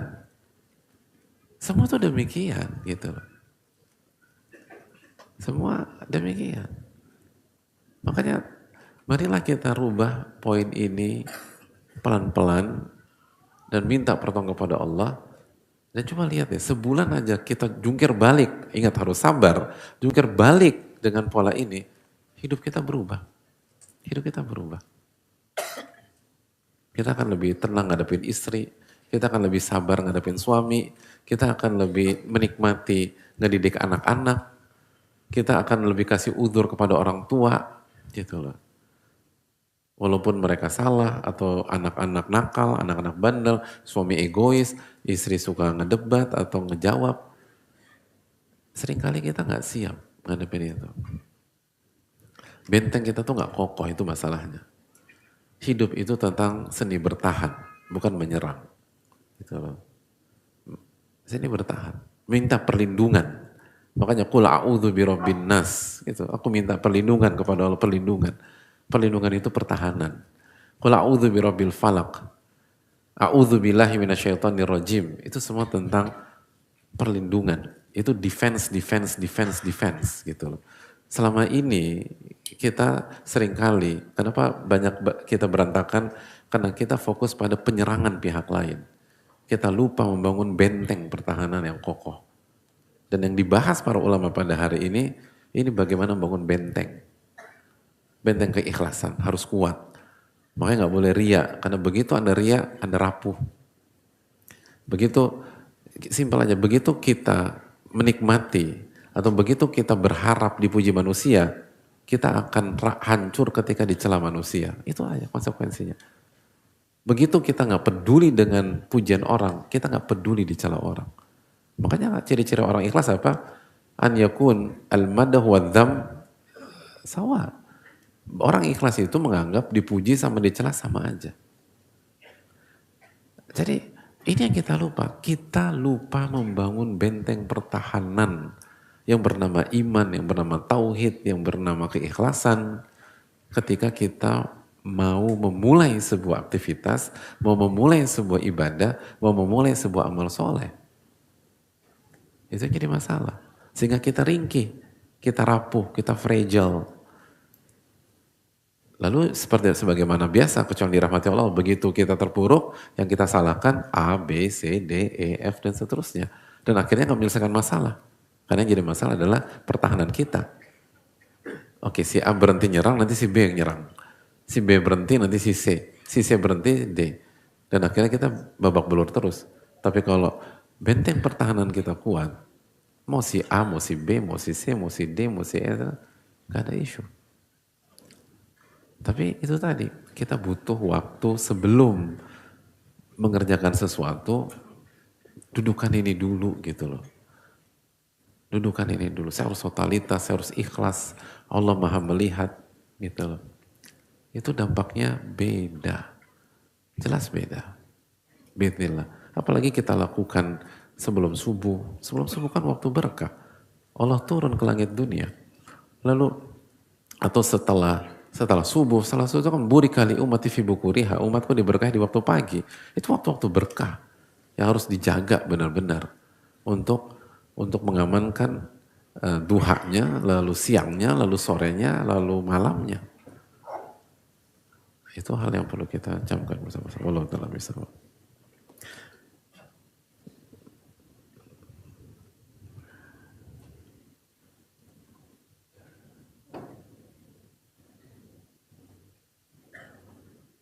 Mana lagi nih?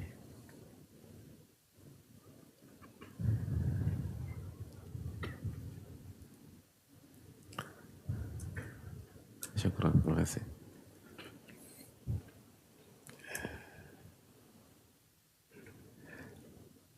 Assalamualaikum warahmatullahi wabarakatuh. Waalaikumsalam warahmatullahi wabarakatuh.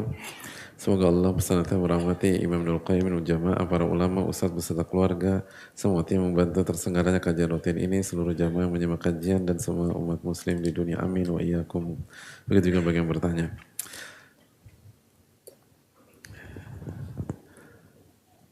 Izin bertanya, tadi disebutkan salah satu bentuk bertekad untuk totalitas dalam kajian adalah hadir dari awal sampai akhir.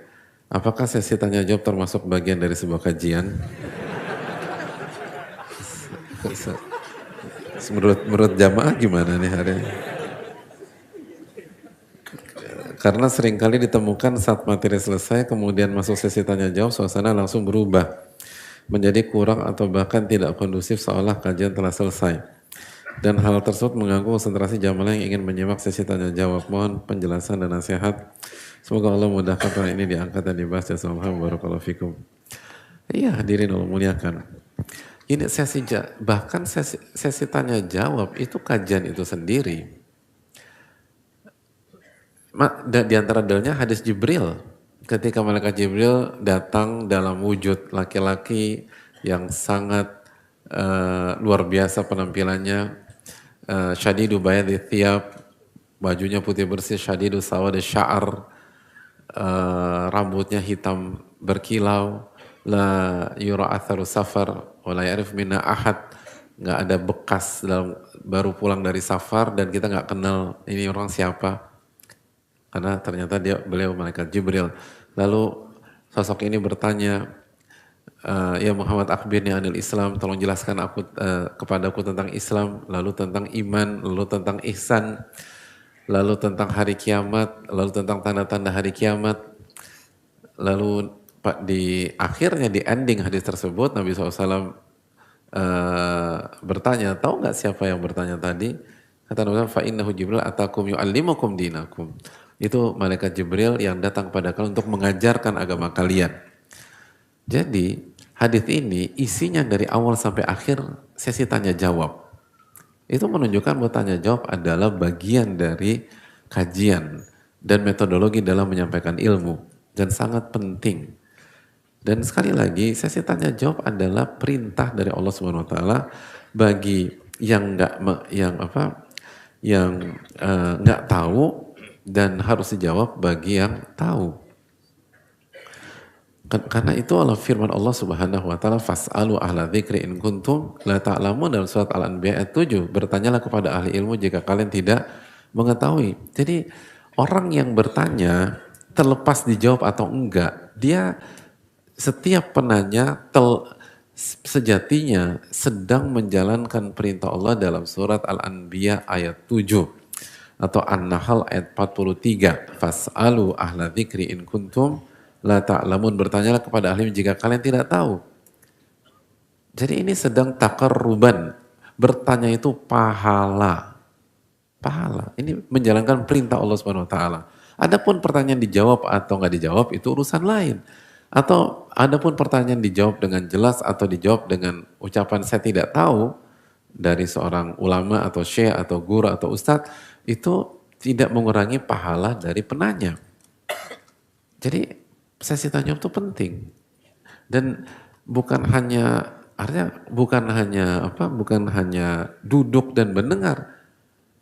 Kalau bisa jamaah bertanya juga, apalagi pertanyaannya via tulisan kan. Jadi karena dengan hadirin bertanya, pahala. Adapun dijawab nggak dijawab, itu urusan lain. Itu bukan urusan kita. Itu di luar kemampuan kita. Kemampuan kita, oh saya harus tanyakan sesuatu. Begitu kita tanya, lalu kita kirim pertanyaannya baik via kertas atau WA atau segala macam, itu pahala. Pahala mengamalkan Al-Anbiya ayat 7. Pahala mengamalkan surat Al-Anbiya ayat 7. Pahala besar. Jadi bukan ditinggalkan, itu pahala dan dan pahala aktif. Itu poin yang pertama. Poin yang kedua, dari hadis Jibril tadi, hadis Umar bin Khattab radhiyallahu taalaan, lihat bagaimana Nabi SAW menjelaskan bahwa sesi tanya jawab yang terjadi antara malaikat Jibril dengan Nabi SAW tujuannya adalah mengajarkan para sahabat yang hadir. Jadi hadirin sekalian mulia, walaupun misalnya kita nggak bertanya atau yang dijawab bukan pertanyaan kita, tapi kalau kita jujur sama Allah, kita ikhlas kepada Allah Subhanahu wa taala dan kita menyimak, kita akan dapat ilmu, dapat keberkahan dan dapat manfaat, dapat hikmah dari itu semua. Itu tadi. Makanya kan para sahabat nggak bubar. Udah pergi deh, yang nanya beliau dia aja, udah kita pulang. Enggak. Mereka ikut menyimak. Padahal yang bertanya bukan mereka. Yang bertanya adalah malaikat Jibril. Mereka penyimak aja. Dan pengamat gitu loh, mengamati gitu loh. Makanya kan Umar mengatakan ajibna lahu. Isal wa isadiqu gitu. Kata Umar kan Nabi SAW ketika ditanya tentang Islam, Nabi SAW jawab dengan rukun Islam. Lalu kata malaikat Jibril apa? Sodakta, engkau benar wahai Muhammad. Bingung para sahabat. Umar, ini gimana sih ini orang? Dia kan nanya. Terus benar, berarti ini orang udah tahu dong gitu loh. Jadi mereka itu menunjukkan mereka mengikuti serius. Karena kalau mereka nggak mengikuti, ngobrol sana ngobrol sini, lalu udah mulai buka rujakan yang dibawa, terus cemilan yang di ini segala macam, kan nggak bisa ngikutin gitu loh, gitu, nggak bisa ngikutin. Ini persamaan itu hanya sebuah kebetulan ya, mohon maaf sih. Jadi sekali lagi jamaah sekalian memuliakan, mereka tuh menyimak dan itulah para sahabat Nabi SAW. Nah katanya kita mengikuti para sahabat, mengikuti Nabi SAW dan para sahabat. Nah ini para sahabat tuh begini di majelis ilmu. Dan simpel aja, kalau kita nggak bisa ngikutin para sahabat di majelis ilmu yang bisa dikatakan salah satu momen paling kondusif dari setiap kegiatan-kegiatan kita, gimana kita ngikutin mereka di luar majelis ilmu. Majelis ilmu itu paling kondusif loh. Apa namanya, nazalat alimus sakinah, ketenangan turun. Wahafathumul malaika, malaikat menaungi. Rahmat itu turun, sakinah ada, malaikat menaungi. Misalnya di sini tempatnya di masjid gitu loh, di rumah Allah SWT, terus banyak orang-orang solehnya. Kalau kita nggak bisa meneladani para sahabat di kondisi yang sangat kondusif seperti ini, lalu gimana kita bisa meneladani para sahabat di kantor kita atau di lingkungan luar atau di pasar atau di mall atau di lapangan olahraga yang lebih rumit, lebih jelimet, lebih banyak tantangannya dibanding di masjid. Seperti itu aja. Makanya saya suka kasih analogi simpel. Kalau 1 tambah 1 nggak bisa, gimana 3 kuadrat tambah 7 kubik? Nggak bisa. Jadi ini penting. Dan ini kan cuma sebentar. Misalnya kalau kajian kita, kenapa di belakang? Hah? Ibu-ibu baik? Ya udah, alhamdulillah.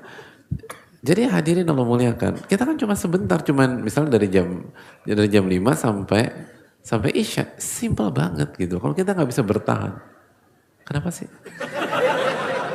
Ada apa di belakang? Ibu-ibu. Ya.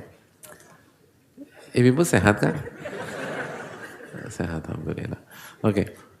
Jadi kalau durasi sesingkat ini nggak bisa dimanfaatkan, lalu gimana? Itu tadi, misalnya hari ini aja.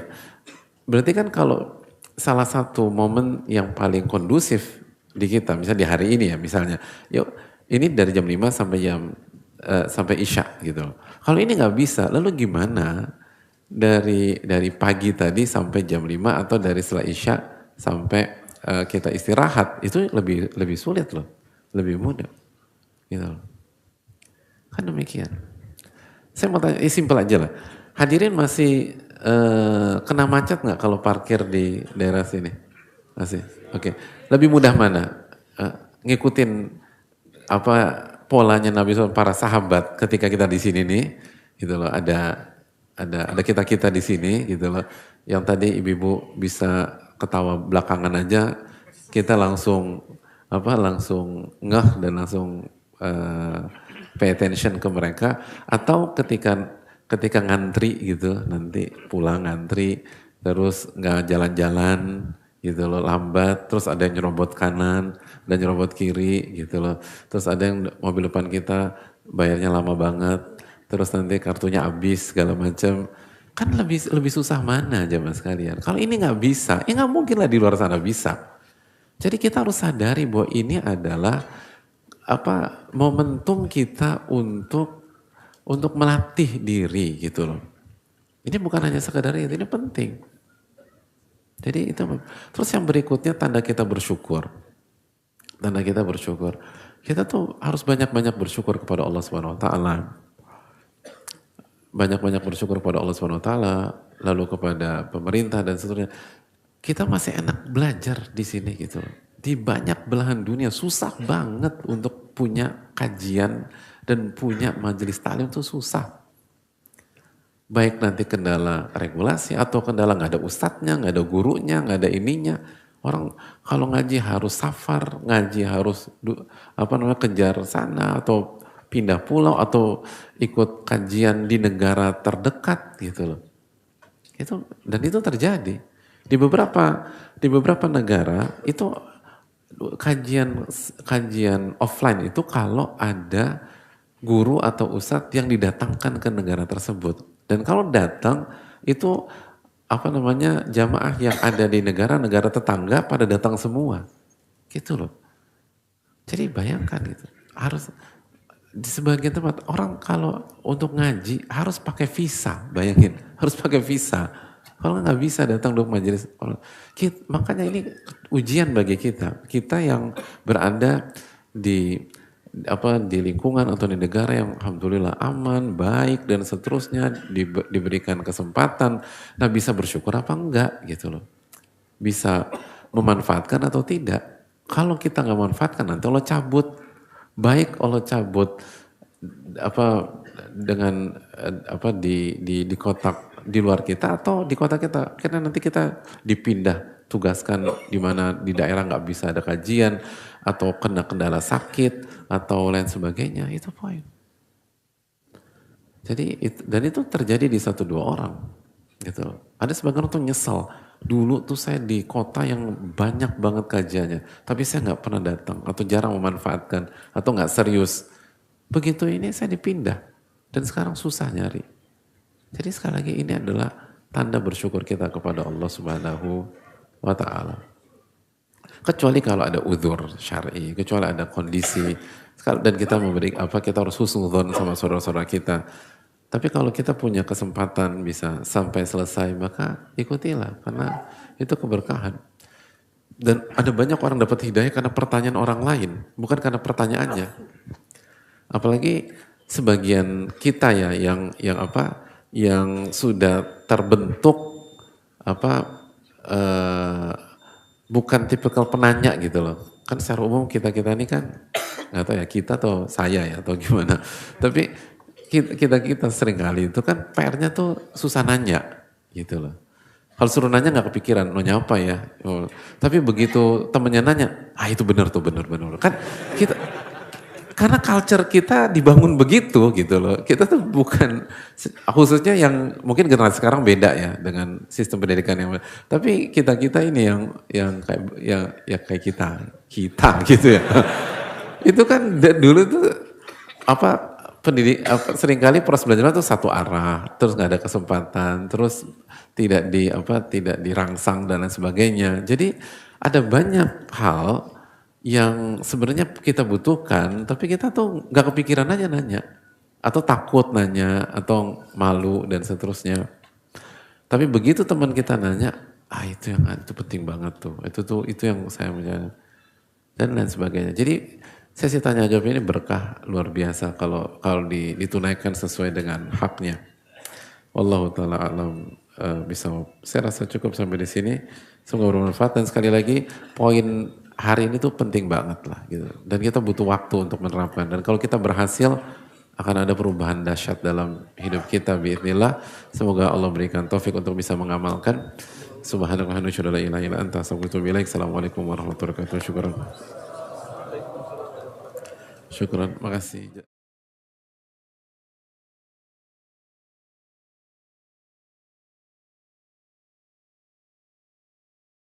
Ada amal yang tidak terikat waktu. Ia bisa ditunaikan siang dan malam. Kadang dilakukan diam-diam. Kadang terlihat oleh manusia.